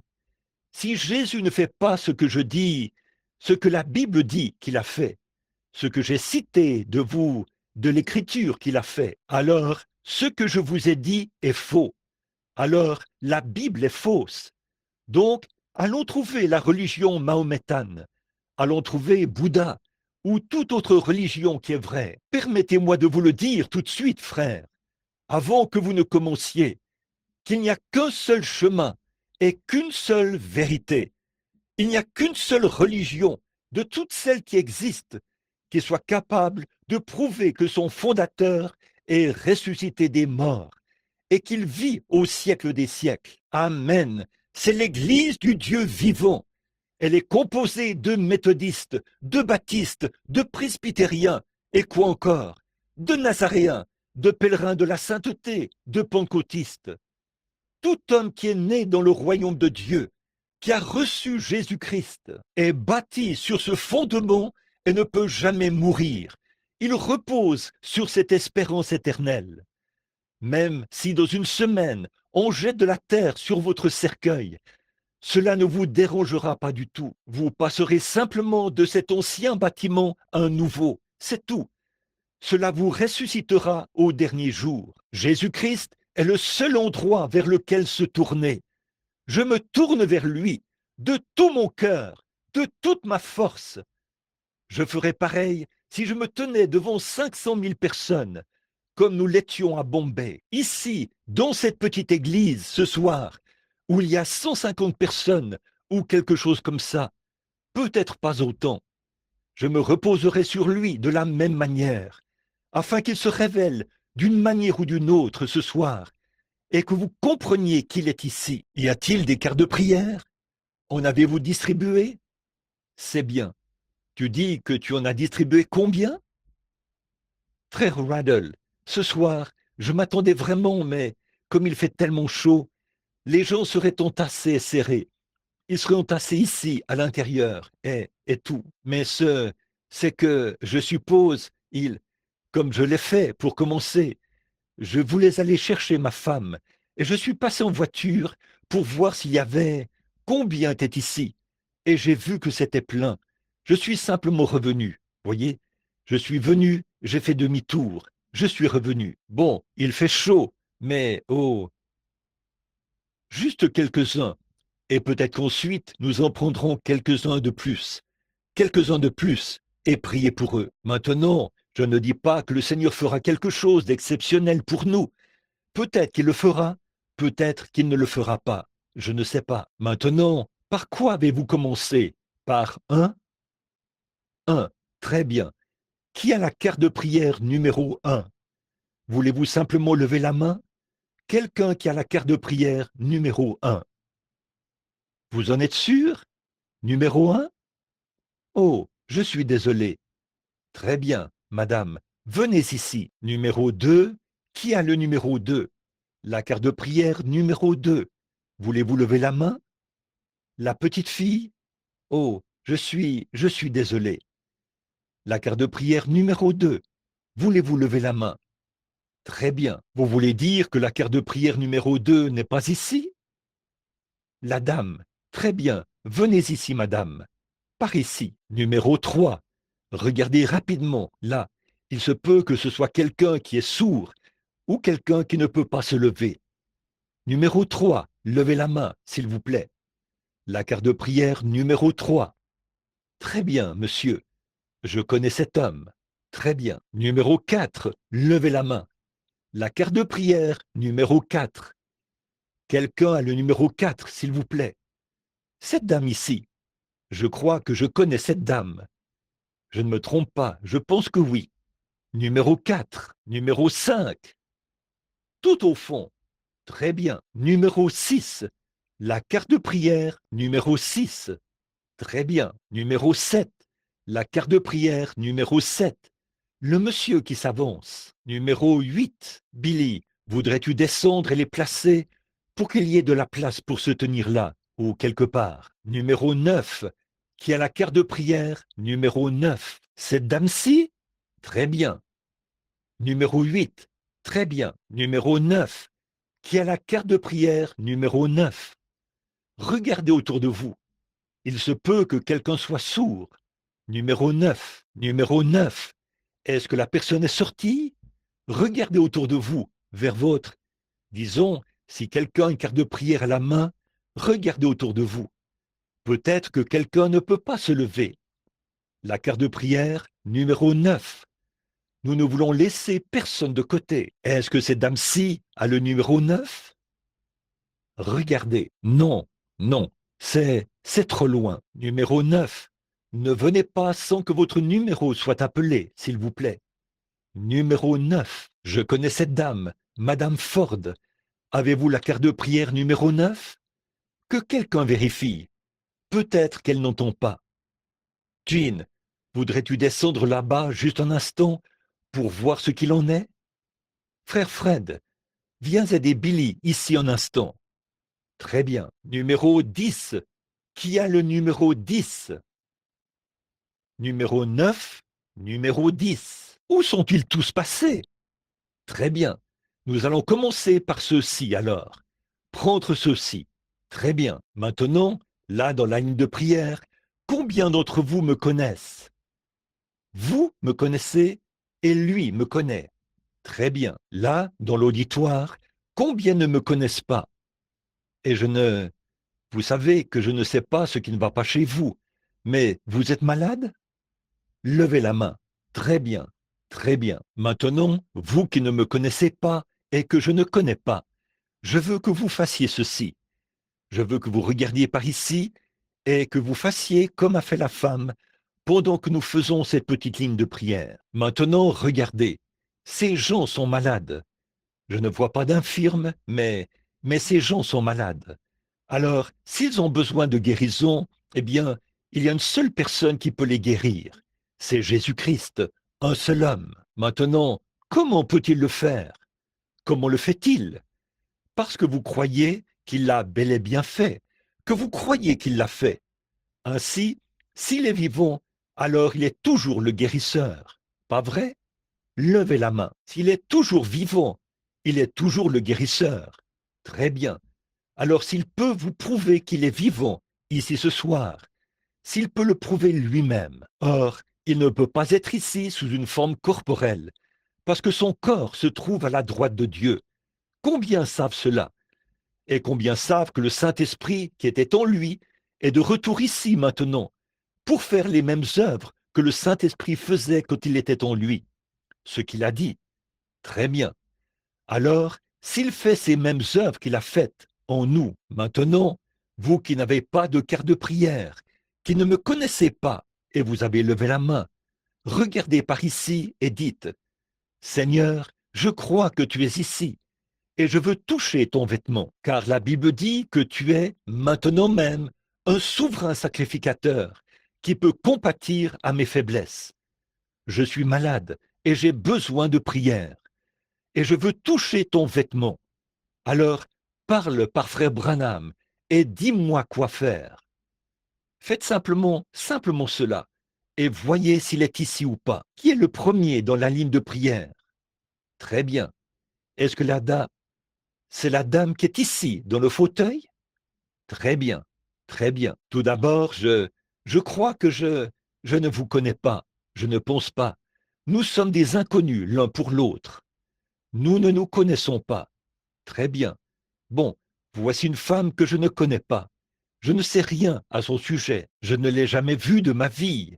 Elle m'est inconnue. Et nous ici, c'est comme un tableau, exactement comme ce qui s'est passé dans la Bible.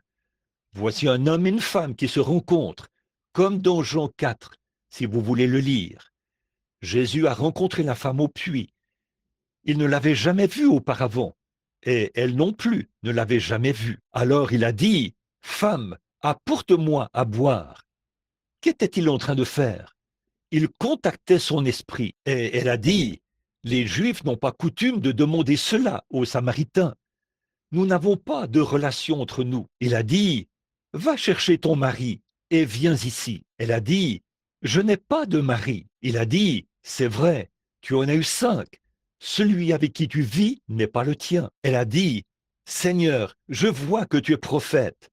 Eh bien, nous savons, nous les Samaritains, nous savons que quand le Messie viendra, il nous dira ces choses.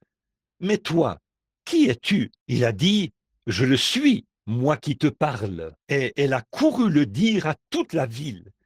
Venez voir un homme qui m'a dit ce que j'ai fait, ou quelque chose à son sujet.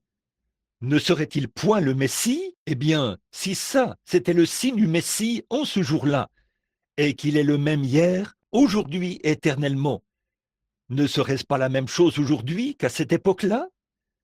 Ne ferait-il pas la même chose? Combien d'entre vous, dans ce bâtiment, que vous soyez pêcheur ou pas, le croiraient s'il agissait de la même manière? Levez la main. Maintenant, voici ma main. Pour autant que je sache, je n'ai jamais vu cette femme de toute ma vie. Elle se tient ici en disant « Merci Jésus ». Il se peut qu'elle soit chrétienne. Il se peut qu'elle ne le soit pas. Bien des gens disent « Merci Jésus » et ils ne savent rien à son sujet. Plusieurs d'entre eux. Voyez, il a dit « Plusieurs viendront à moi ce jour-là et diront « Seigneur, Seigneur ». Je ne vous ai même jamais connu, a-t-il dit. Bon, si Jésus est le même hier, aujourd'hui et éternellement, et qu'il est ici au milieu de nous, si je peux m'humilier devant lui pour me soumettre à lui, alors il agirait à travers moi de la même manière qu'il l'a fait avec son Dieu agira à travers moi comme il l'a fait à travers Jésus avec la femme au puits. Pas vrai? Maintenant, nous voici ici. Nous ne nous sommes jamais vus tous les deux. Est-ce que cela vous amènerait tous à croire? Cela fortifierait-il votre foi? Ainsi, s'il est ici, s'il est vivant, alors il est toujours votre sauveur, toujours votre guérisseur. Pas vrai? Maintenant, voyons voir s'il le fera. Alors, ô Dieu, ceci est entre tes mains maintenant. Le reste est entre tes mains, car nous savons que l'homme ne peut pas faire ces choses. Cela doit venir de toi.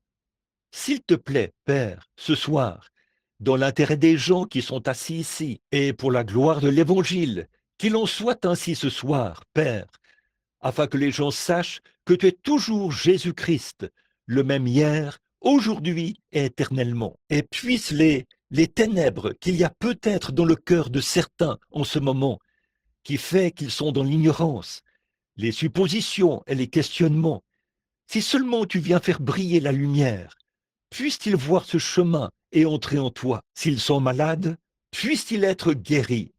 S'ils sont perdus, puissent-ils être sauvés. Nous verrons le chemin pour retourner au rivage, quand le Fils se lèvera. Accorde le Seigneur. Puisse le soleil de justice se lever maintenant, avec la guérison sous ses ailes, et étendre son grand être sur ce lieu.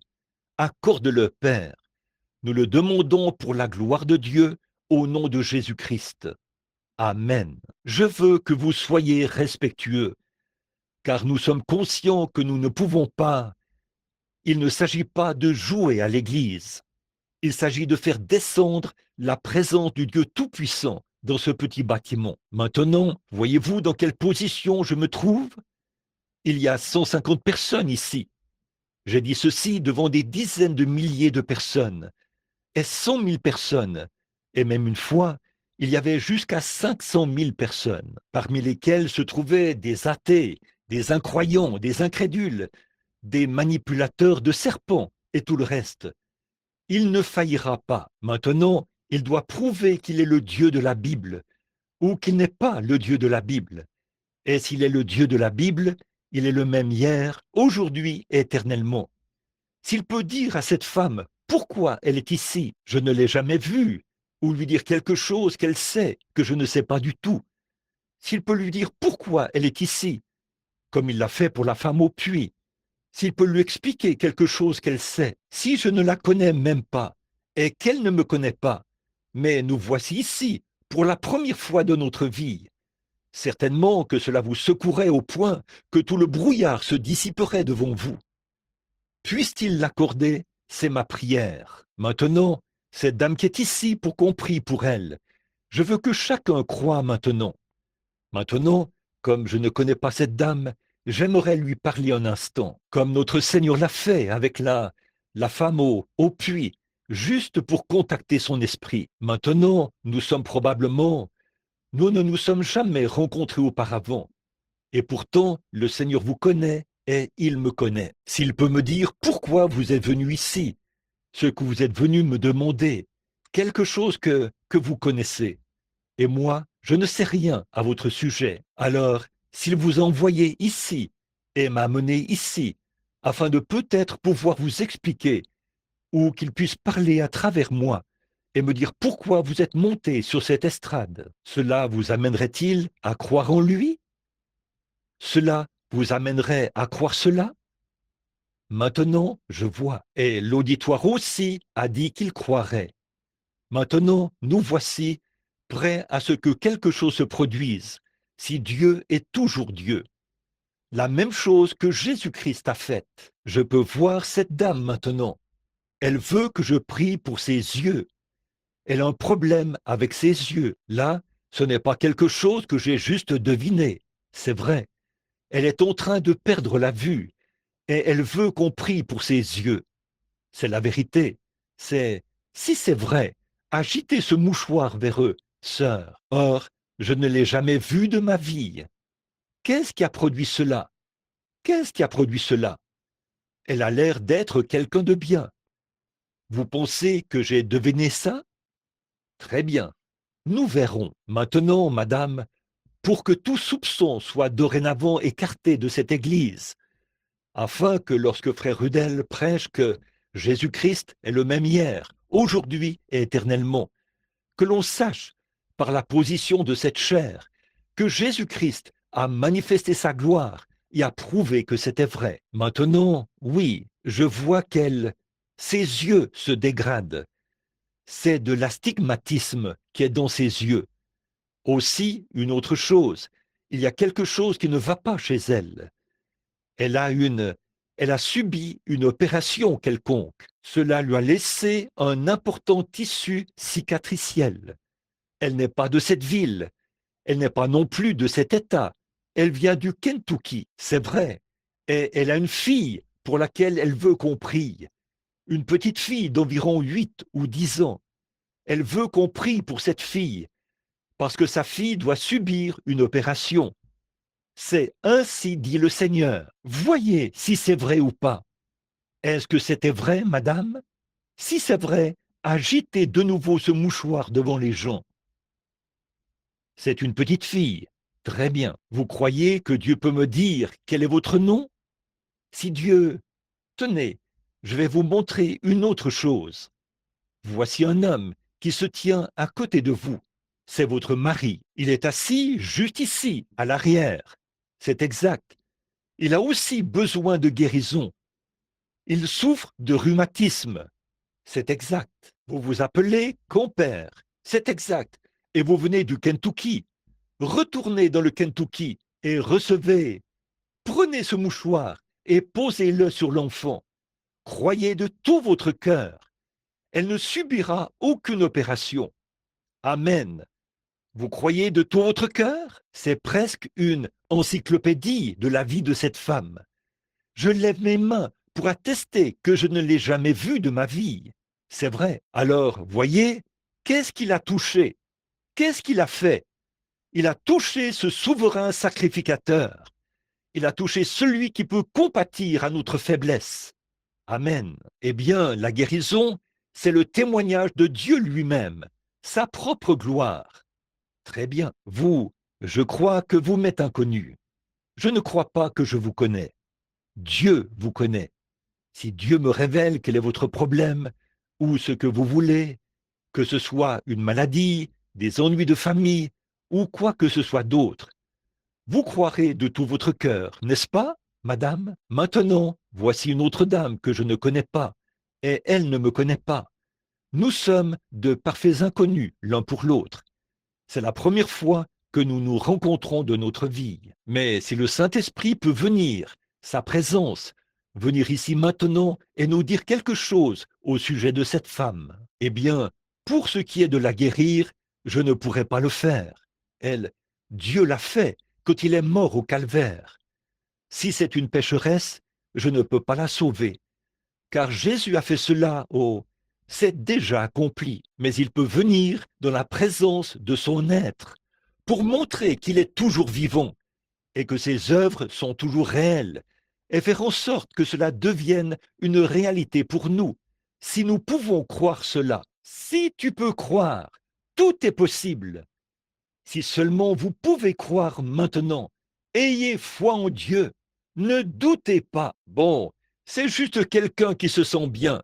C'est en ordre. L'autre jour, je traversais l'État du Kentucky. J'ai entendu un homme qui sortait des buissons en criant.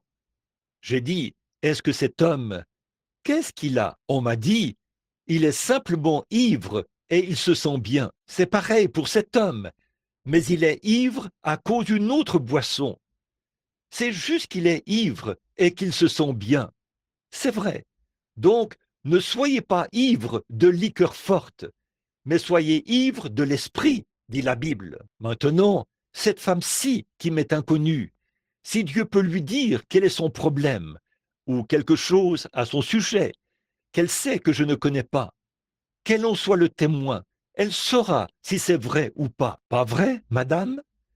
Est-ce que ça vous aiderait si Dieu le faisait?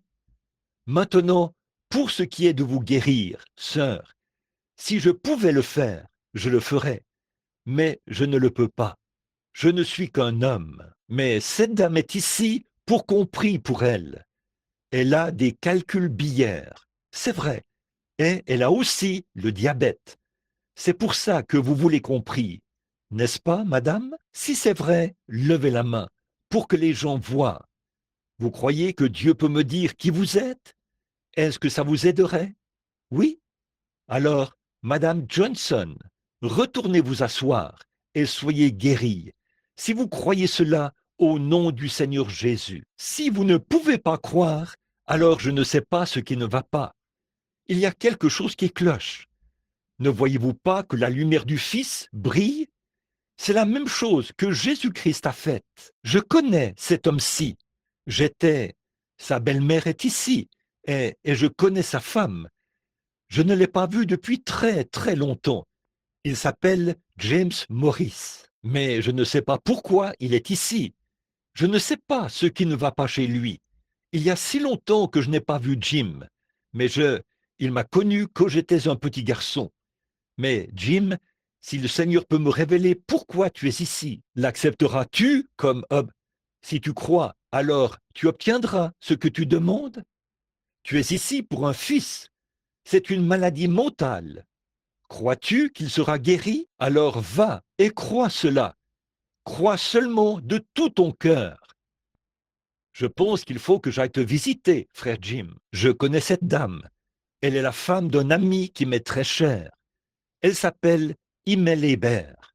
Je vous ai vu dans un magasin, ici, il n'y a pas longtemps.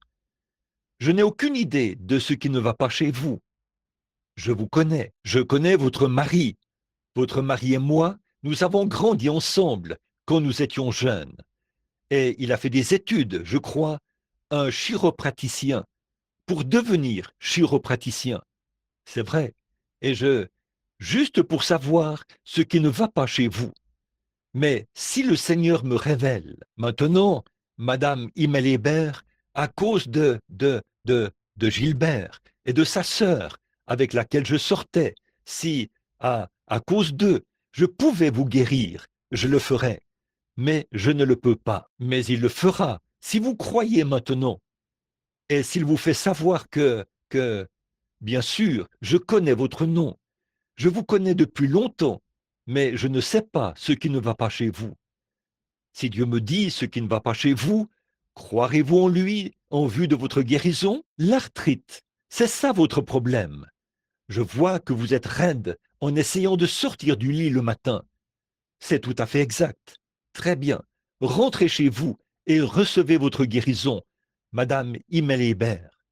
Que le Seigneur Dieu vous rétablisse. Croyez de tout votre cœur. Que le Seigneur vous bénisse. Croyez-vous de tout votre cœur? Ayez foi en Dieu. Très bien. Voici une dame. Regardez par ici, sœur. Non, je ne connais pas cette femme. Je suppose que nous ne nous connaissons pas. Mais Dieu nous connaît, pas vrai? Nous sommes nés à des années d'écart. Mais c'est la première fois que nous nous rencontrons, à ma connaissance ou à votre connaissance. C'est notre première rencontre. Vous pouvez voir qu'elle hoche la tête. C'est vrai. C'est la première fois que je vois cette femme de ma vie. Mais Dieu nous connaît tous les deux. Il nous connaît depuis notre enfance. Il nous connaissait, il nous connaissait avant même que le monde ait été formé. Il savait que nous serions ici même ce soir. Il savait que cet incident aurait lieu avant même qu'il y ait un atome ou une molécule. Il le savait. Il, parce il est infini. Il savait tout avant même que le monde soit formé. Il connaissait tout ce qui était arrivé. Il connaissait chaque moucheron et toutes les fois qu'il a cligné des yeux. Il sait tout parce qu'il est infini. Voyez? Et on ne peut pas limiter l'infini à quoi que ce soit. C'est tout simplement la perfection de la perfection. Eh bien, il est simplement apparu. C'est tout. Voyez? Maintenant, s'il peut me dire quel est votre problème, alors croirez-vous de tout votre cœur? Vous le ferez. De tout votre cœur? Très bien. Vous souffrez du cœur et vous voulez compris pour cela. Le cœur, c'est exact. Eh bien, quelque chose d'autre vous tient à cœur. Vous voyez, j'ai saisi ça. Voyez, vous vous êtes dit, va-t-il me laisser repartir sans me dire cette chose? Non, je vais vous le dire. Vous êtes ici pour un garçon, votre fils. C'est exact. Et ce fils n'est pas ici. Ce fils est dans le Yo. Il est dans un hôpital pour tuberculeux. Il a la tuberculose. Et il n'est pas sauvé. Vous priez pour son âme et pour son rétablissement. Ainsi dit le Seigneur. Je vous mets au défi de vérifier cela. pour voir si c'est vrai ou pas. C'est vrai, n'est-ce pas, madame? C'est la vérité. Très bien. Je ne peux pas guérir. Croirez-vous? Alors allez et vous recevrez cela exactement comme vous l'avez cru. Allez au nom du Seigneur. Amen. Vous croyez de tout votre cœur? Voyez, là, eh bien, la lumière brille. Nous savons où nous sommes maintenant. Nous sommes dans la présence du Seigneur Jésus. Vous dites, il lit dans vos pensées. Très bien. Je ne vais même pas regarder cette dame. Mettez votre main sur la mienne, madame. Si le Seigneur me dit par ici, en regardant par ici, ce qui ne va pas chez vous, croirez-vous cela? Et croirez-vous que vous serez guéri? C'est dans votre dos. C'est exact. Si c'est exact, levez la main que vous avez mise sur la mienne. Allez et soyez guéris. Jésus-Christ vous rétablit. Voyez? Très bien. Il est tout simplement le Seigneur Jésus, le même hier, aujourd'hui et éternellement.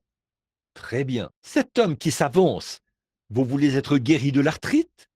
Vous croyez que Dieu va vous guérir? Repartez et soyez guéris. C'est aussi simple que ça. Croyez-le tout simplement. Retournez à votre place et dites, je crois de tout mon cœur, de toute ma pensée, vous serez guéris. Croyez-le simplement de tout votre cœur. Ne doutez pas. Très bien, monsieur. Cette femme-ci, évidemment, vous voyez qu'elle tremble. Elle est atteinte de paralysie agitante. Il y a peut-être autre chose qui ne va pas. Voyons un peu. Oui, monsieur, elle est atteinte du diabète sucré. Vous croyez que Dieu vous guérira de ce diabète sucré, maman? Seigneur Dieu, nous condamnons cette vilaine chose au nom de Jésus-Christ. Puisse-t-elle être guérie? Amen. Retournez à votre place et soyez guéris, sœur. Vous croyez de tout votre cœur? Qu'en est-il de vous qui êtes assis là? Vous croyez? Vous croyez que je suis le prophète de Dieu? Il y a, si vous pouvez croire, vous qui n'avez pas de carte de prière, vous qui êtes malade et dans le besoin, ayez foi en Dieu. Vous pouvez le croire. Très bien, vous avez amené ce garçon pour qu'il reçoive sa guérison. C'est dans son dos. C'est exact. Il est infirme. Vous croyez que vous pouvez le ramener en Arkansas, qu'il sera guéri et rétabli? Vous voulez abandonner la cigarette, dire je vais arrêter, être et servir le Seigneur et faire ce qui est bien? Le ferez-vous? Très bien, très bien. Alors, allez, posez votre main sur l'enfant maintenant, pendant que vous vous tenez là. Que le Seigneur Dieu du ciel guérisse cet enfant et fasse qu'il... Je vous défie de croire. Il y a une dame assise ici, elle regarde, les yeux baissés, elle regarde, elle me regarde. Vous avez un problème de jambe, c'est exact. Vous croyez que Dieu peut me dire qui vous êtes? Me croiriez-vous? Madame Vorley, bon, très bien, c'est tout à fait vrai. Je ne vous ai jamais vu de ma vie. C'est votre mari qui est assis là, derrière vous. C'est un prédicateur. Je ne l'ai jamais vu de ma vie, mais c'est la vérité. Vous croyez que Dieu peut me dire ce qui ne va pas chez vous, monsieur? Vous avez quelque chose sur le visage. Vous ne savez pas si c'est un cancer. Vous ne savez pas ce que c'est. Vous avez aussi une hernie. C'est exact. Vous voulez être guéri. C'est vrai, monsieur Vorley. Très bien. Vous croyez de tout votre cœur? Alors allez et recevez votre guérison au nom du Seigneur Jésus. C'est ça, c'est vrai. Qu'en est-il de vos yeux? Vous croyez que Dieu va vous rétablir, vous, à l'arrière, assis là, en train de me regarder? Très bien. Si vous croyez de tout votre cœur, ayez simplement foi en Dieu. C'est tout ce que vous avez à faire. Oh là là, c'est en train de se produire partout maintenant. Si seulement vous pouvez le croire. Cela s'amplifie tellement maintenant ici, à l'intérieur, alors que tout le monde essaye de croire. Maintenant, croyez-vous qu'il est le Fils de Dieu? Vous croyez qu'il est le même hier, aujourd'hui, éternellement? Maintenant, y a-t-il une personne ici qui ne le connaît pas comme son sauveur et qui veut être sauvée? Voudriez-vous le faire? Vous n'avez jamais reçu le Saint-Esprit et vous voudriez venir en Christ afin d'être un croyant? levez la main. Si vous dites « J'aimerais que Dieu vous bénisse », venez ici à l'hôtel, maintenant même. Donnez-nous une note là, au piano, juste un instant, avant que nous terminions. Je vous invite à venir ici. Venez ici à l'hôtel. Venez ici et agenouillez-vous. C'est ça, jeune homme. Levez-vous. Viens ici, petite fille. Vous qui regardez ce petit garçon, ça devrait faire honte à certains. Vous voulez aller là, à l'avant? Vous voulez vous approcher de lui? Venez maintenant, avancez-vous. Amen. Avancez-vous maintenant dans la présence du Saint-Esprit. C'est ça, frère. Venez maintenant. Ne voulez-vous pas vous avancer ici et vous agenouiller avant que le service de guérison commence? Venez ici maintenant et soyez guéris dans l'âme.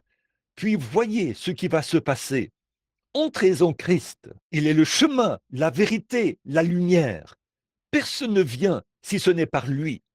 Que vous soyez méthodiste, baptiste, presbytérien, luthérien, qui que vous soyez, si vous n'avez pas reçu le Saint-Esprit, c'est maintenant le moment de le faire. Avancez-vous maintenant et entrez en Christ. Vous vous poserez des questions sur ceci. Vous ne saurez pas comment vous en emparer. Vous ne comprendrez pas cela tant que vous n'aurez pas reçu le Saint-Esprit. Venez maintenant. Si j'ai dit la vérité, Dieu m'a parlé. Dieu a parlé à travers moi. J'ai dit la vérité. Il est le seul chemin. Il est le seul fondement. Il est le seul salut. Il n'y a de salut dans aucun autre nom qui était donné sous le ciel, si ce n'est dans le nom de Jésus-Christ. Ne voulez-vous pas venir le recevoir maintenant? Combien y a-t-il de rétrogrades là-bas qui aimeraient venir ici, s'agenouiller maintenant? Vous qui êtes rétrograde et qui vous êtes éloigné de Dieu, voudriez-vous venir maintenant? Venez, c'est maintenant l'heure. Maintenant, regardez, si vous rejetez ceci, je ne sais pas s'il y a, pour qui que ce soit, un espoir pour vous ou pas. Maintenant, je ne le dis pas parce que je me tiens ici, mais je vous le dis, mes amis, qu'est-ce que Dieu peut faire de plus? C'est maintenant le moment, c'est maintenant l'heure où Dieu parle aux gens. C'est ça, sœur, c'est ça, sœur. Venez, c'est maintenant l'heure, c'est maintenant votre moment. Vous ne pourrez jamais être plus près de lui jusqu'à ce que vous mouriez et que vous entriez dans sa présence. Il est ici même, il prouve qu'il est vivant. Ne voulez-vous pas venir? Ils ont une tache noire. C'est l'incrédulité. Venez, c'est ça. Comment pouvez-vous le rejeter après qu'il est venu par les paroles, qu'il est venu en personne, vous a fait savoir qu'il est ici, qu'il vous parle, qu'il est en train de vous parler maintenant? Cette petite voix qui est en train de vous parler, c'est Dieu. Il veut que vous veniez. Nous n'avons plus beaucoup de temps à vivre ici, mes amis. Nous partons d'ici. Ne voulez-vous pas venir vous agenouiller avec ce groupe de gens? Dire, ô Dieu, sois miséricordieux envers moi. Je veux accepter Christ maintenant. Je veux naître de nouveau. Je veux être rempli du Saint-Esprit. Je veux quelque chose de réel. Je veux être réel. Venez maintenant même à l'autel, alors que nous chantons le prochain couplet. Voulez-vous venir maintenant, pendant que nous venons? Maintenant, que quelques-uns d'entre vous, qui sont de bons chrétiens, viennent se placer autour d'eux ici. Que certains d'entre vous, les malades, viennent s'agenouiller aussi. Que certains d'entre vous, qui sont chrétiens, viennent s'agenouiller avec ceux-ci, alors que nous prions. Toi, pécheur, viens te joindre à eux. Viens te joindre à eux, toi. Venez par ici. Vous manquerez une bénédiction si vous ne venez pas. Très bien. Que toute l'Église courbe la tête maintenant. Que tout le monde soit en prière. Priez pour chacun de ces gens qui sont autour de l'autel, sans exception. Vous tous qui êtes ici à l'autel maintenant, vous êtes venus sur la base du sang versé. Vous êtes venus ici pour recevoir le Saint-Esprit. Vous êtes venus pour que vos péchés soient pardonnés par Dieu, qui est juste et bien disposé. L'eau sera prête pour vous. Vous pouvez venir au baptistère demain pour vous faire baptiser là-bas à l'église. Si le pasteur veut vous y emmener, repentez-vous et que chacun de vous soit baptisé au nom de Jésus-Christ pour la rémission de vos péchés et vous recevrez le don du Saint-Esprit. Comme Pierre prononçait encore ces mots, le Saint-Esprit descendit sur ceux qui les écoutaient, car on les entendait parler en langue. Le Dieu du ciel, qui était avec les apôtres, qui est Dieu au siècle des siècles, il est ici ce soir. Maintenant, que tout le monde courbe la tête pour prier, que chacun élève la voix et prie, pendant que le pasteur nous conduit. Frère Rudel, très bien.